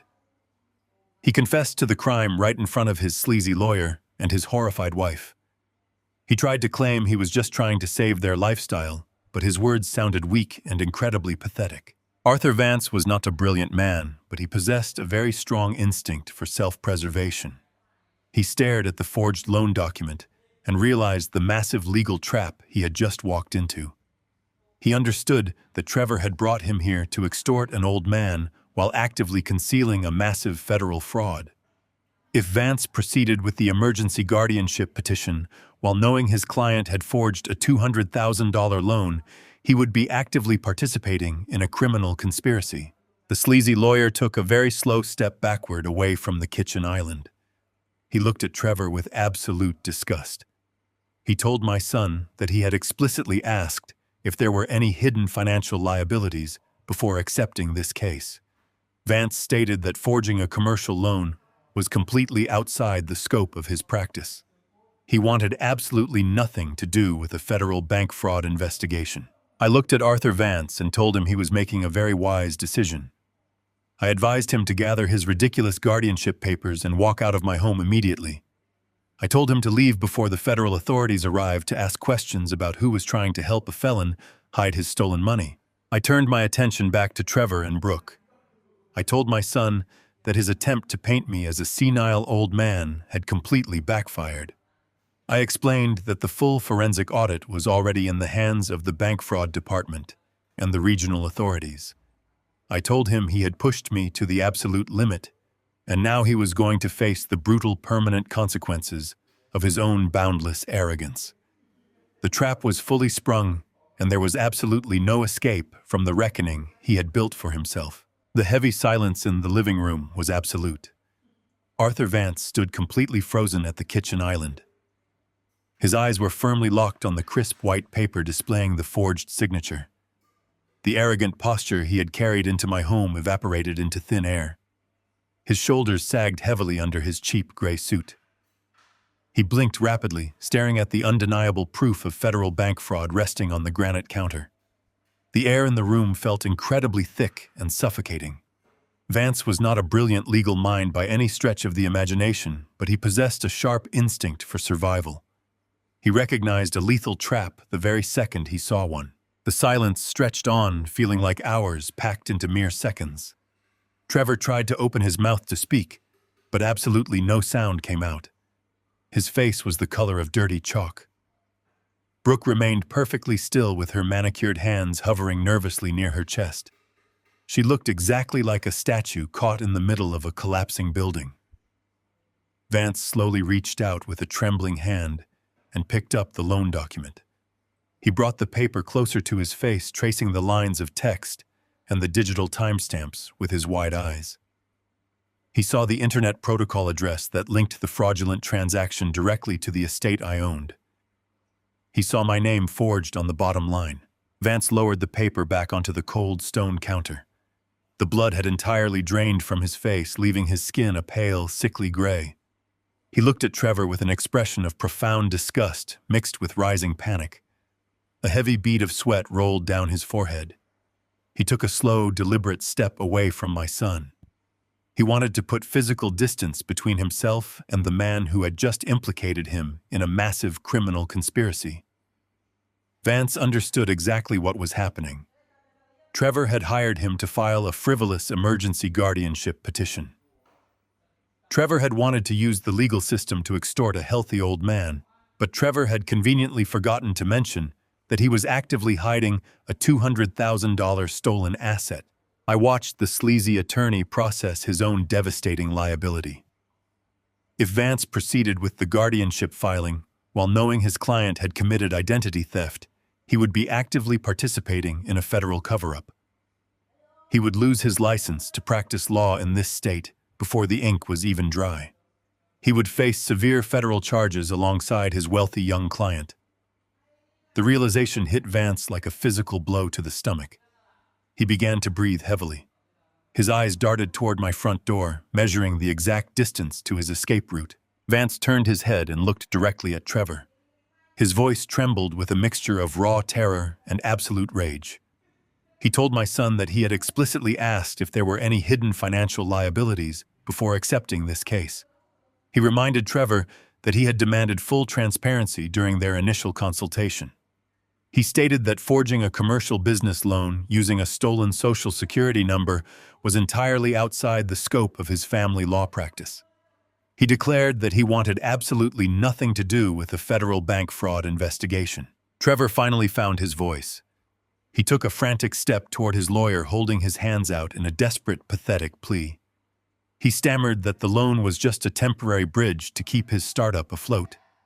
He claimed he was going to pay the bank back before the end of the fiscal quarter. He begged Vance to ignore the forged document and just focus on the emergency guardianship petition. He promised to double the legal fees if Vance would just help him secure my estate today. It was a miserable display of pure delusion. Trevor still believed he could buy his way out of a burning building, even though he had $0 to his name. Vance recoiled as if Trevor carried a contagious disease. He told my son that no amount of money could fix a forged signature on a federal banking document. He explained that the authorities would pull the digital routing data and freeze every single account tied to the transaction. He stated that the money was already gone and the paper trail was permanent. Vance leaned over the kitchen island and grabbed his heavy leather briefcase. He yanked the brass clasps open. He did not bother organizing his files carefully. He began violently sweeping his blank petitions and legal pads into the open bag, crushing the pages in his haste. Brooke tried to intervene. She stepped toward the panicked lawyer, forcing a sweet, pleading tone into her shaky voice. She told Arthur that he could not just leave them here alone. She reminded him that they had a verbal contract to protect their family legacy. She said they needed him to save their future from a confused old man. She was still trying to play the innocent victim. She was still hoping her expensive perfume and designer clothes would manipulate the desperate lawyer into staying. Vance slammed his briefcase shut. The sharp metallic click echoed violently through the quiet condominium. He looked at Brooke with a sneer of pure, unadulterated contempt. He told her she was completely delusional. He stated that there was no family legacy left to protect. He informed her that her husband was a felon and their entire luxurious lifestyle was built on stolen equity. He told Brooke she should be looking for a criminal defense attorney instead of a cheap family law practitioner. Vance hoisted his heavy briefcase by the handle. He turned to me for the final time. He did not puff out his chest. He did not attempt to intimidate me with complex legal jargon. He looked at me with genuine, absolute fear. I told him he was making a very wise decision. I advised him to walk out of my home immediately and never contact my family again. I warned him that if I ever saw his name on any legal filing related to my estate, I would forward a copy of the forged loan document directly to the State Bar Association with his business card attached. The sleazy attorney swallowed hard. He nodded his head once, acknowledging his complete and total defeat. He formally announced to the room that he was severing his attorney-client relationship with Trevor, effective immediately. He stated clearly that he could not and would not represent them in any capacity whatsoever. He turned his back on my son and marched rapidly toward the front door. Trevor shouted after him. He called Vance a coward. He screamed that he would ruin the lawyer's reputation in this city. He yelled that he would find someone else to take the case and destroy my life. Vance did not even pause his frantic stride. He grabbed the brass handle of my front door, pulled it open, and practically ran out into the hallway. The heavy door swung shut behind him, leaving a profound, empty silence in its wake. I stood calmly by the kitchen island, looking at the two people remaining in my living room. Trevor and Brooke were completely isolated. Their grand legal ambush had evaporated into thin air. They had brought a predator into my home to steal my kingdom, and that predator had fled in absolute terror. Trevor stared at the closed front door, his chest heaving with panicked, shallow breaths. Brooke stood beside him, her face devoid of all color, realizing the party was permanently over. The heavy oak door slammed shut behind the fleeing attorney, leaving a profound and suffocating silence in my living room. The echo of the heavy wood striking the frame severed the final tether of their shared delusion. Brooke stood completely frozen in the center of the room. Her eyes were locked on the empty space where Arthur Vance had just been standing. She slowly turned her head toward the kitchen island, where the forged loan document rested on the cold, polished granite. The artificial tan seemed to drain entirely from her face, leaving her looking like a fragile porcelain doll about to shatter into a million pieces. She turned her gaze toward Trevor. He was sweating profusely, his chest heaving with shallow, frantic breaths. His eyes darted wildly around the room, searching for an exit strategy that simply did not exist. Brooke took a slow, tentative step toward her husband. Her voice was barely a whisper when she finally spoke, but the pure venom dripping from her words filled the entire space. She asked him what he had done. Trevor stammered, raising his trembling hands in a pathetic gesture of surrender. He tried to tell her that it was just a temporary setback. He lied and said he was going to fix the money issue before the bank ever noticed the missing funds. Brooke cut him off abruptly. Her voice rose to a shrill, piercing pitch that shattered the quiet atmosphere of the condominium. She screamed at him while pointing a shaking finger directly at the forged signature on the granite counter.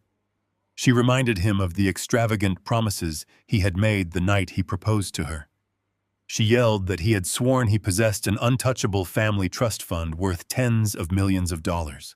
She screamed that she had married a wealthy titan of industry, not a desperate common criminal who had to steal from his own father just to keep up appearances. Trevor flinched backward, as if she had physically struck him across the jaw. His overwhelming fear instantly morphed into a vicious and defensive rage. He closed the distance between them, leaning over her with his face contorted in absolute fury. He screamed right back at her, asking what choice she had ever given him. He pointed a trembling finger at the designer handbag clutched in her hands, and the heavy diamond tennis bracelet glittering on her wrist. He yelled that her relentless daily demands for absolute luxury had bled his startup company dry. He told her she was a financial parasite who threw massive tantrums if they did not dine at the most exclusive restaurants or fly first class to the coastal resorts. He shouted that he only forged the secondary mortgage because she had explicitly threatened to leave him if he could not afford the massive down payment on the new summer yacht she demanded. Brooke stepped back, her eyes wide with absolute fury and sudden realization. She slapped his pointing hand away from her face. She screamed that she deserved every single one of those luxury items because she was the only reason anyone in their elite social circle even tolerated his presence. She told him he was a boring, uncharismatic failure who literally had to buy his friends with expensive dinners and open bar tabs. She yelled that she had traded her youth and her beauty for guaranteed financial security, and he had completely breached their unspoken marital contract. She called him a fraud, a liar, and a pathetic little boy playing dress-up in his father's corporate suits. She told him she would file for divorce before the federal authorities even had a chance to put him in handcuffs. She promised him she would gladly testify against him in federal court if it meant protecting her own pristine reputation and staying out of a prison cell. Trevor stared at his wife as if he were looking at a complete stranger. The grand illusion of their perfect high society marriage crumbled into dust right in front of my eyes. He realized in that agonizing moment that she had never actually loved him. She had only loved the limitless credit line she firmly believed he possessed. He told her she was a shallow, gold-digging vulture who would feed on a carcass to survive. He laughed a dry, bitter laugh that sounded exactly like cracking glass. He told her she could not simply divorce him and walk away clean because she had willingly co-signed the joint tax returns that actively hid the stolen loan money. He screamed that if the federal financial investigators came to arrest him, he was going to drag her right down into the prison cell beside him. He told her they were permanently chained together in this massive fraudulent mess, and she would look terrible in a federal jumpsuit. I remained perfectly still in my leather armchair. I did not utter a single syllable to interrupt them. I sat in absolute complete silence watching the beautiful, flawless couple tear each other to bloody shreds in the middle of my living room. I did not feel a shred of pity for either of them. They had marched into my private sanctuary intending to strip me of my dignity, my freedom, and my entire life savings. They had confidently plotted to lock me away in a sterile nursing facility just so they could continue funding their arrogant plastic lifestyle without interruption. Now the very foundation of their towering greed had collapsed completely, and they were turning on each other like starving animals trapped inside a tiny cage. Brooke began to hyperventilate. Her carefully styled blonde hair was now a tangled, chaotic mess around her flushed face. She dropped her heavy designer handbag onto the hardwood floor as if the expensive leather suddenly burned her skin. She paced back and forth, tearing frantically at the tight collar of her silk blouse. She screamed that her entire life was ruined. She sobbed uncontrollably that her wealthy friends would mock her and the elite country club board would banish her the exact second the federal indictment hit the morning papers. Trevor simply stood there watching her absolute panic with a numb, hollow expression on his face. He finally understood the absolute totality of his ruin. He had lost his business, his marriage, his social reputation, and his freedom all in the span of a single devastating afternoon. The bitter irony of the situation settled heavily over the room like a thick blanket. Trevor had spent his entire adult life trying to prove he was a better, smarter, and more successful man than his father. He had stolen and lied and manipulated absolutely everyone around him to build a towering, unstable monument to his own massive ego. Now he had absolutely nothing left in the world but a screaming, frantic wife and a looming federal prison sentence. I reached forward and picked up my black coffee mug from the glass table. I took a slow, deliberate sip, enjoying the bitter heat as it washed over my tongue. I watched my son collapse heavily onto my expensive sofa, burying his face in his trembling hands, while his wife continued to scream into the void about her ruined social life. The financial excision was a total and complete success. The natural order of our family had been fully and permanently restored. The heavy silence in my living room was absolute, following the departure of Arthur Vance. Trevor and Brooke stood completely frozen in the center of the space. They were entirely isolated. The grand legal ambush they had orchestrated was completely dismantled. I remained perfectly still in my leather armchair. I did not rush to speak. I let the crushing reality of their situation settle over them like a heavy, suffocating blanket. Trevor was staring at the forged commercial loan document resting on my granite kitchen island. He was breathing in rapid, shallow gasps. His entire body was trembling. He had built his entire life on the assumption that he was the smartest person in any room. Now he was fully exposed as nothing more than a desperate criminal who had been caught red-handed by the very man he sought to destroy.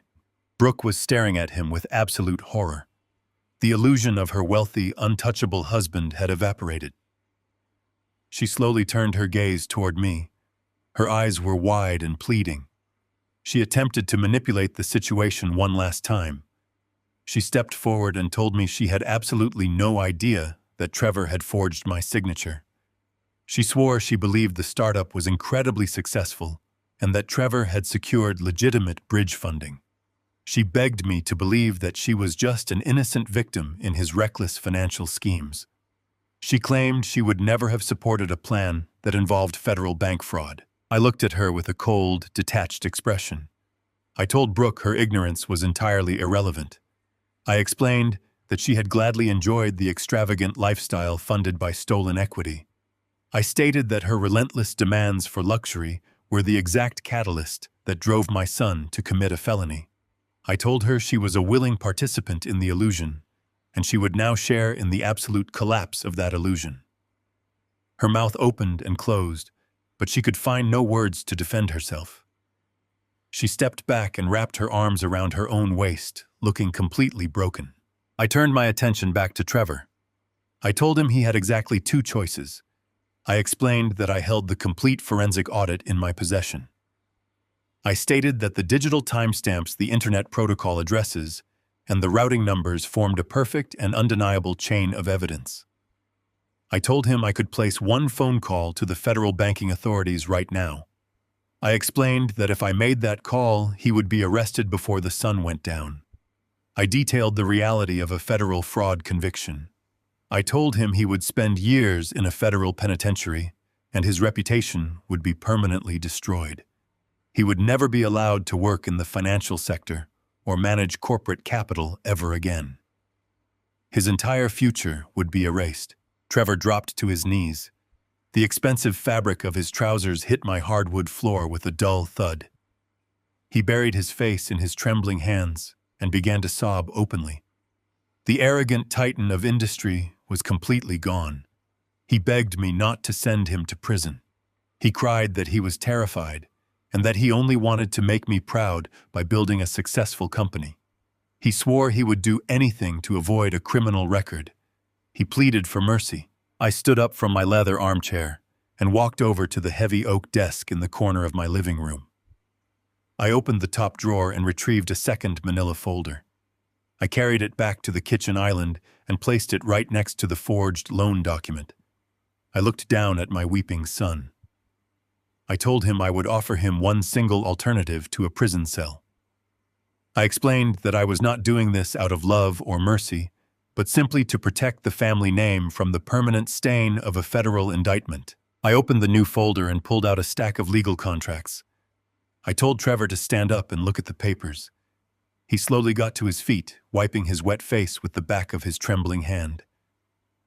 I explained the terms of my ultimatum. I told him the first document was a total transfer of ownership. He was required to sign over 100% of his remaining equity in his startup company directly to me. I stated that I knew the company was failing, but it still possessed valuable intellectual property software patents and liquid physical assets. I told him I would dismantle his company piece by piece and sell it off to the highest bidders. I explained that every single dollar generated from the liquidation would be used to repay the $200,000 fraudulent loan he had taken out against my condominium. Trevor stared at the transfer documents with a look of pure devastation. He told me the startup was his entire life. He cried that he had spent 3 years building that brand. I did not show an ounce of pity. I told him the brand was built on lies and stolen capital. I stated that he had absolutely no right to claim ownership over something he had funded through criminal extortion. I told him to pick up the pen and sign the transfer, or I would dial the authorities immediately. He picked up the silver pen with a shaking hand. He leaned over the granite counter and scrawled his signature across the transfer documents. He signed away his dream, his company, and his entire professional identity in complete silence. The only sound in the room was the scratching of the pen against the heavy paper. When he finished, I pulled the second document from the folder. I told Trevor that transferring the company only covered the financial debt. I explained that there was still the matter of the massive estate I had been leasing for them. I told him the lease was permanently terminated and the property was returning to the management company. I issued the final condition of his salvation. I ordered Trevor and Brooke to surrender their keys to the estate immediately. I told them they had until midnight tonight to vacate the premises. Brooke let out a sharp cry of panic. She told me it was physically impossible to pack an entire mansion in a few hours. She claimed she needed weeks to organize moving trucks and secure a storage facility for their designer furniture and expensive art collection. I looked at her with absolute coldness. I explained that she was not taking the furniture or the art. I stated that those items had been purchased with my money and they would remain in the house to be liquidated. I told them they were only permitted to take their personal clothing and whatever small belongings they could physically fit into the trunks of their vehicles. Everything else was being seized to cover the remainder of their debts. Trevor did not argue. He was completely defeated. He reached into his pocket and pulled out his heavy metal keyring.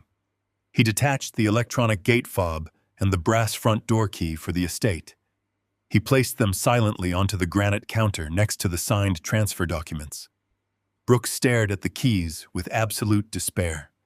She finally realized that she was going to be homeless by midnight. I looked at my son and his wife. I told them the transaction was complete. I instructed them to leave my condominium and begin packing their clothes. I reminded them that if they were not completely off the estate property by the stroke of midnight, I would have the local sheriff escort them off the premises for trespassing. I told them to walk out the front door and never attempt to contact me again. Trevor and Brooke turned around and walked slowly toward the exit. Their shoulders were hunched and their heads hung low. They walked out of my home as absolute ghosts stripped of their wealth, their arrogance, and their illusion of power. The crunch of tires on the pristine gravel driveway sounded unusually loud in the crisp morning air. I stepped out of my vehicle and buttoned my overcoat against the winter chill. Beside me stood a man in heavy denim work clothes holding a canvas bag of tools. He was a professional locksmith I had hired an hour ago. We walked together toward the towering mahogany front doors of the estate. I had signed the lease on this magnificent property 3 years ago. I had paid the exorbitant monthly rent without a single complaint, believing I was providing a stable foundation for my son to build his empire. That illusion was now entirely dead. I instructed the locksmith to begin his work. He pulled a heavy drill from his canvas bag and pressed the steel bit directly into the center of the custom brass deadbolt. The loud grinding noise of metal chewing through metal shattered the serene quiet of the exclusive neighborhood. I stood perfectly still on the marble porch watching brass shavings fall onto the welcome mat. The locksmith worked with practiced efficiency. It took him less than 4 minutes to destroy the lock that had previously secured my son's fraudulent lifestyle. The heavy wooden door swung inward with a slow creak, revealing the massive, echoing foyer of the mansion. I stepped over the threshold and instructed the locksmith to begin replacing every exterior lock on the property. The interior of the house was a landscape of absolute chaos. The pristine order Brooke usually maintained had completely collapsed. Cardboard boxes were piled haphazardly near the sweeping grand staircase. Expensive decorative vases and imported silk pillows were shoved randomly into open containers. I walked past the formal dining room and slowly ascended the carpeted stairs. I followed the frantic sounds of rustling plastic and heavy breathing, echoing down the long second-floor hallway. I stepped through the open double doors of the master suite. The massive room looked as though it had been ransacked by desperate thieves. Brooke was standing in the center of the expansive walk-in closet. She was frantically pulling expensive garments off velvet hangers and shoving them violently into heavy black plastic garbage bags. The visual contrast was incredibly stark. She was crushing delicate silk blouses and woven cashmere sweaters into the same cheap plastic bags used for lawn clippings and household waste. Her flawless appearance had entirely evaporated. Her blonde hair hung in greasy tangles around her pale face. Her eyes were red and swollen from an entire night of weeping. She froze when she heard my footsteps on the hardwood floor. She dropped a bundle of designer dresses and stared at me with wide, terrified eyes. She looked at the black garbage bags surrounding her feet, and a deep flush of profound humiliation crept up her neck. She knew exactly what she looked like. She looked like a scavenger fleeing a sinking ship. She opened her mouth to speak, but her voice trembled so violently she could barely form the words. She tried to tell me that she was only taking her personal items. She claimed she was leaving the expensive jewelry and the modern art precisely as I had commanded. She pleaded with me to let her keep her dignity. I did not offer her a single word of comfort. I stood in the doorway watching her stuff her fabricated identity into trash bags. She suddenly turned her anger toward the hallway. She screamed for Trevor. She yelled that he needed to come in here and face the destruction he had caused. She cried that she had married him because he promised her absolute security, and instead, he had turned her into a homeless beggar. Her voice cracked as she accused him of completely ruining her life. Trevor appeared in the doorway a moment later. He looked utterly destroyed. He was wearing the same wrinkled clothing from the previous afternoon. His face was covered in dark stubble, and his eyes were completely bloodshot. He had clearly not slept a single minute. He looked from his weeping wife to my cold, unyielding expression. He understood that the absolute end had finally arrived. The clock had run out, and the eviction was currently in progress. He fell heavily to his knees, right there on the expensive imported rug.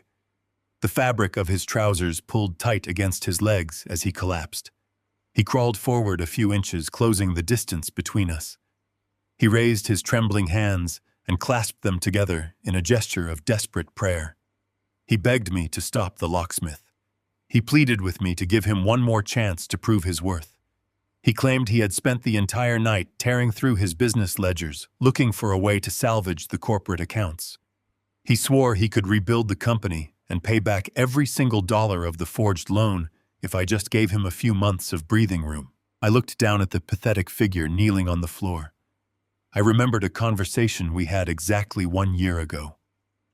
I had visited this very house to warn Trevor that his spending habits were becoming reckless. I had advised him to scale back his luxury vacations and focus on generating actual revenue. Trevor had stood in this exact room wearing a tailored Italian suit purchased with my money. He had looked at me with an expression of pure, arrogant disdain. He had told me to mind my own business. He had stated very clearly that I was just an archaic investor who did not understand modern wealth. He had looked me directly in the eyes and said I was not acting like family, but simply acting like a restrictive bank. Trevor continued to beg. His voice was a wet, pathetic whine. He offered to abandon his position as chief executive officer. He said he would sign over the entire company and work for me as a regular employee. He promised he would sweep the floors in my corporate warehouses.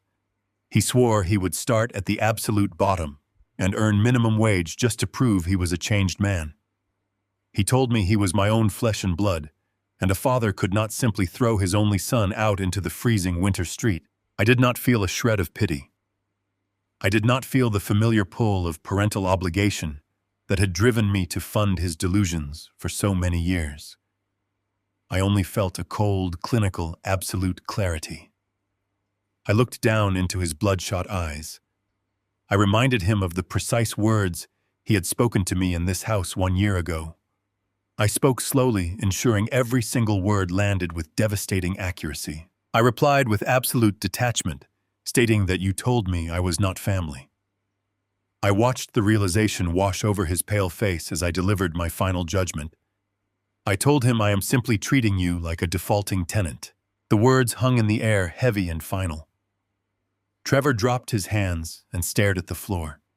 The last remaining spark of hope in his eyes extinguished completely. He realized that his past arrogance had built the exact cage he was currently trapped inside.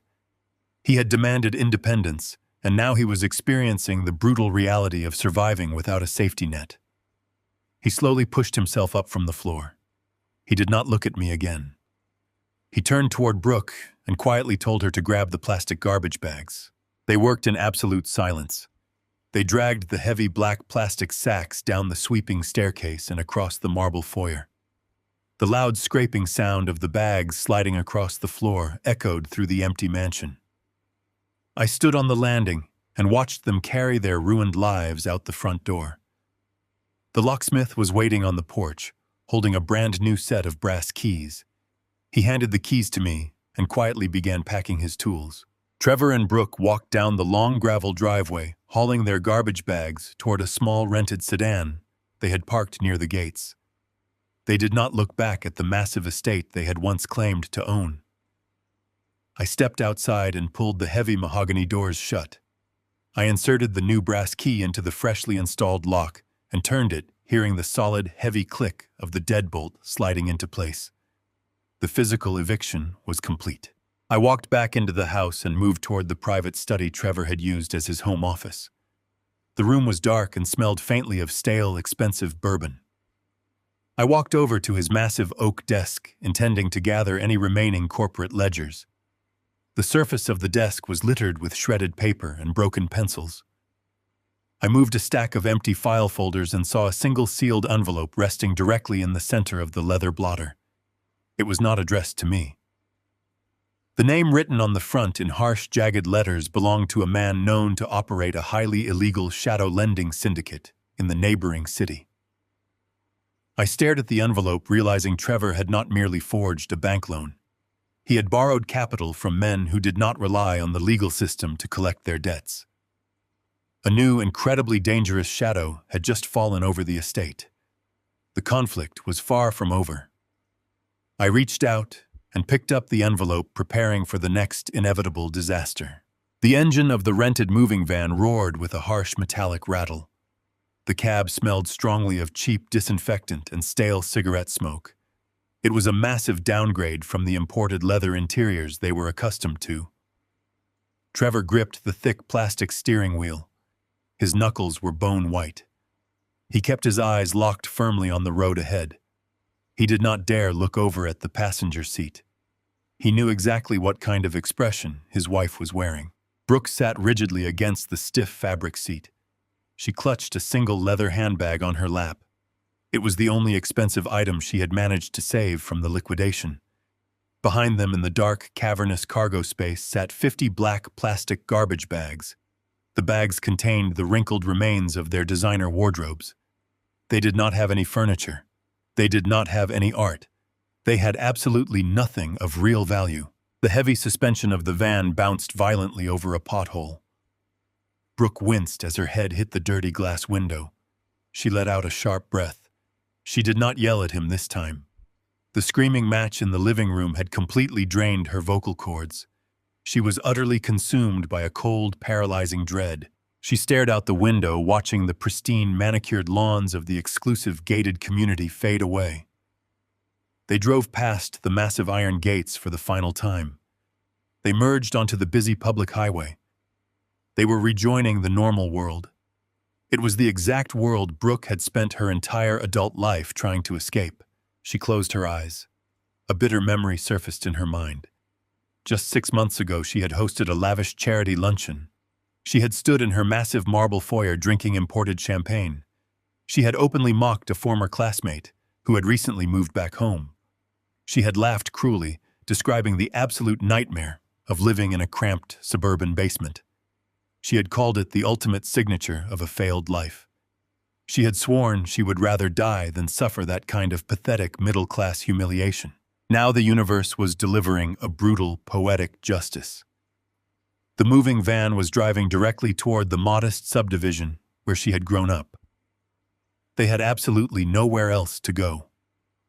Trevor had exhausted every single favor. He had burned every bridge in his professional network. His friends stopped answering his phone calls the moment the rumors of his insolvency began to spread. Brooke could not afford a luxury hotel. Her credit cards were entirely declined. The only people willing to take them in were her aging parents. Her parents lived in the small, aging ranch-style house on the wrong side of the city. The house had a damp, unfinished basement. It was a dark concrete box filled with old cardboard boxes and discarded seasonal decorations. That cold concrete box was their new master suite. Brooke felt a wave of profound nausea wash over her. She pictured the tiny basement windows that barely let in any sunlight. She imagined the low acoustic ceiling tiles and the smell of ancient dust. She turned her head slowly and looked at Trevor. She despised the man sitting next to her. She hated the way his shoulders slumped. She hated the fact that he was driving a commercial rental truck instead of a luxury sedan. She blamed him for every single piece of her current misery. She opened her mouth to tell him how much she detested him. Trevor spoke before she could form the words. He told her to keep her mouth shut. His voice was completely hollow. It lacked any trace of his former arrogant confidence. He stated that he could not handle another hysterical lecture. He told her she needed to understand the extreme gravity of their situation. He reminded her that being homeless was the absolute least of their current problems. He kept his eyes glued to the asphalt. He explained that a federal bank fraud investigation was not something that just went away. He told her that the forensic audit was already in the hands of the authorities. He stated that the government would begin a massive invasive probe into every single aspect of their lives. He told her federal agents would soon be knocking on her parents' front door to ask very uncomfortable questions about stolen money and forged signatures. Brooke felt the blood drain from her face all over again. She had almost forgotten about the criminal charges looming over them. The sheer panic of losing her mansion had temporarily distracted her from the reality of federal prison. She realized that living in a damp concrete basement was not the final punishment. The basement was just a temporary holding cell before the real nightmare began. She pressed her face against the cold, dirty window. She watched the landscape shift from prosperous commercial centers to tired gray neighborhoods. The sky above them matched the bleak concrete surrounding them. A cold winter rain began to fall. The heavy drops slapped against the windshield. Trevor activated the wipers. The rubber blades squeaked loudly against the glass, smearing the grime back and forth. They drove in absolute suffocating silence for another 20 minutes. Every mile took them further away from their grand illusion. They finally turned onto a narrow suburban street lined with identical aging houses. Trevor slowed the heavy moving van to a crawl. He navigated around parked cars and overflowing trash bins. He pulled up to a cracked concrete driveway. He shifted the van into park and killed the engine. The sudden silence in the cab was deafening. They sat side by side, staring through the smeared windshield. The house in front of them looked small and incredibly fragile under the gray rain. A single dim light burned on the front porch. There was no grand entrance. There was no security gate. There was only a narrow paved walkway leading to a weathered wooden door. Brooke refused to unbuckle her seatbelt. She stared at the peeling paint on the window shutters. She felt a profound, suffocating panic rising in her throat. She knew the moment she stepped out of the van, the reality would become permanent. She would cease to be a high society elite. She would officially become a bankrupt squatter living off the charity of her parents. Trevor did not wait for her. He pushed his door open and stepped out into the freezing rain. He walked around to the back of the van and pulled up the heavy metal door. The sound of rolling metal echoed down the quiet street. He grabbed the first black plastic garbage bag. He threw it over his shoulder like a common laborer. He began the slow, humiliating walk up the cracked driveway. Brooke watched him carry her ruined life into the dark basement.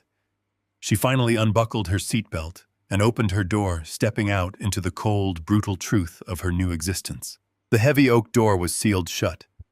The absolute silence of the massive estate settled over me like a comforting weight. The frantic, toxic energy of Trevor and Brooke had vanished completely. I stood alone in the center of the grand foyer, breathing in the quiet stillness. I walked slowly through the massive empty rooms. The discarded cardboard boxes and shredded papers had been cleared away. The luxurious designer furniture remained precisely where it had been placed.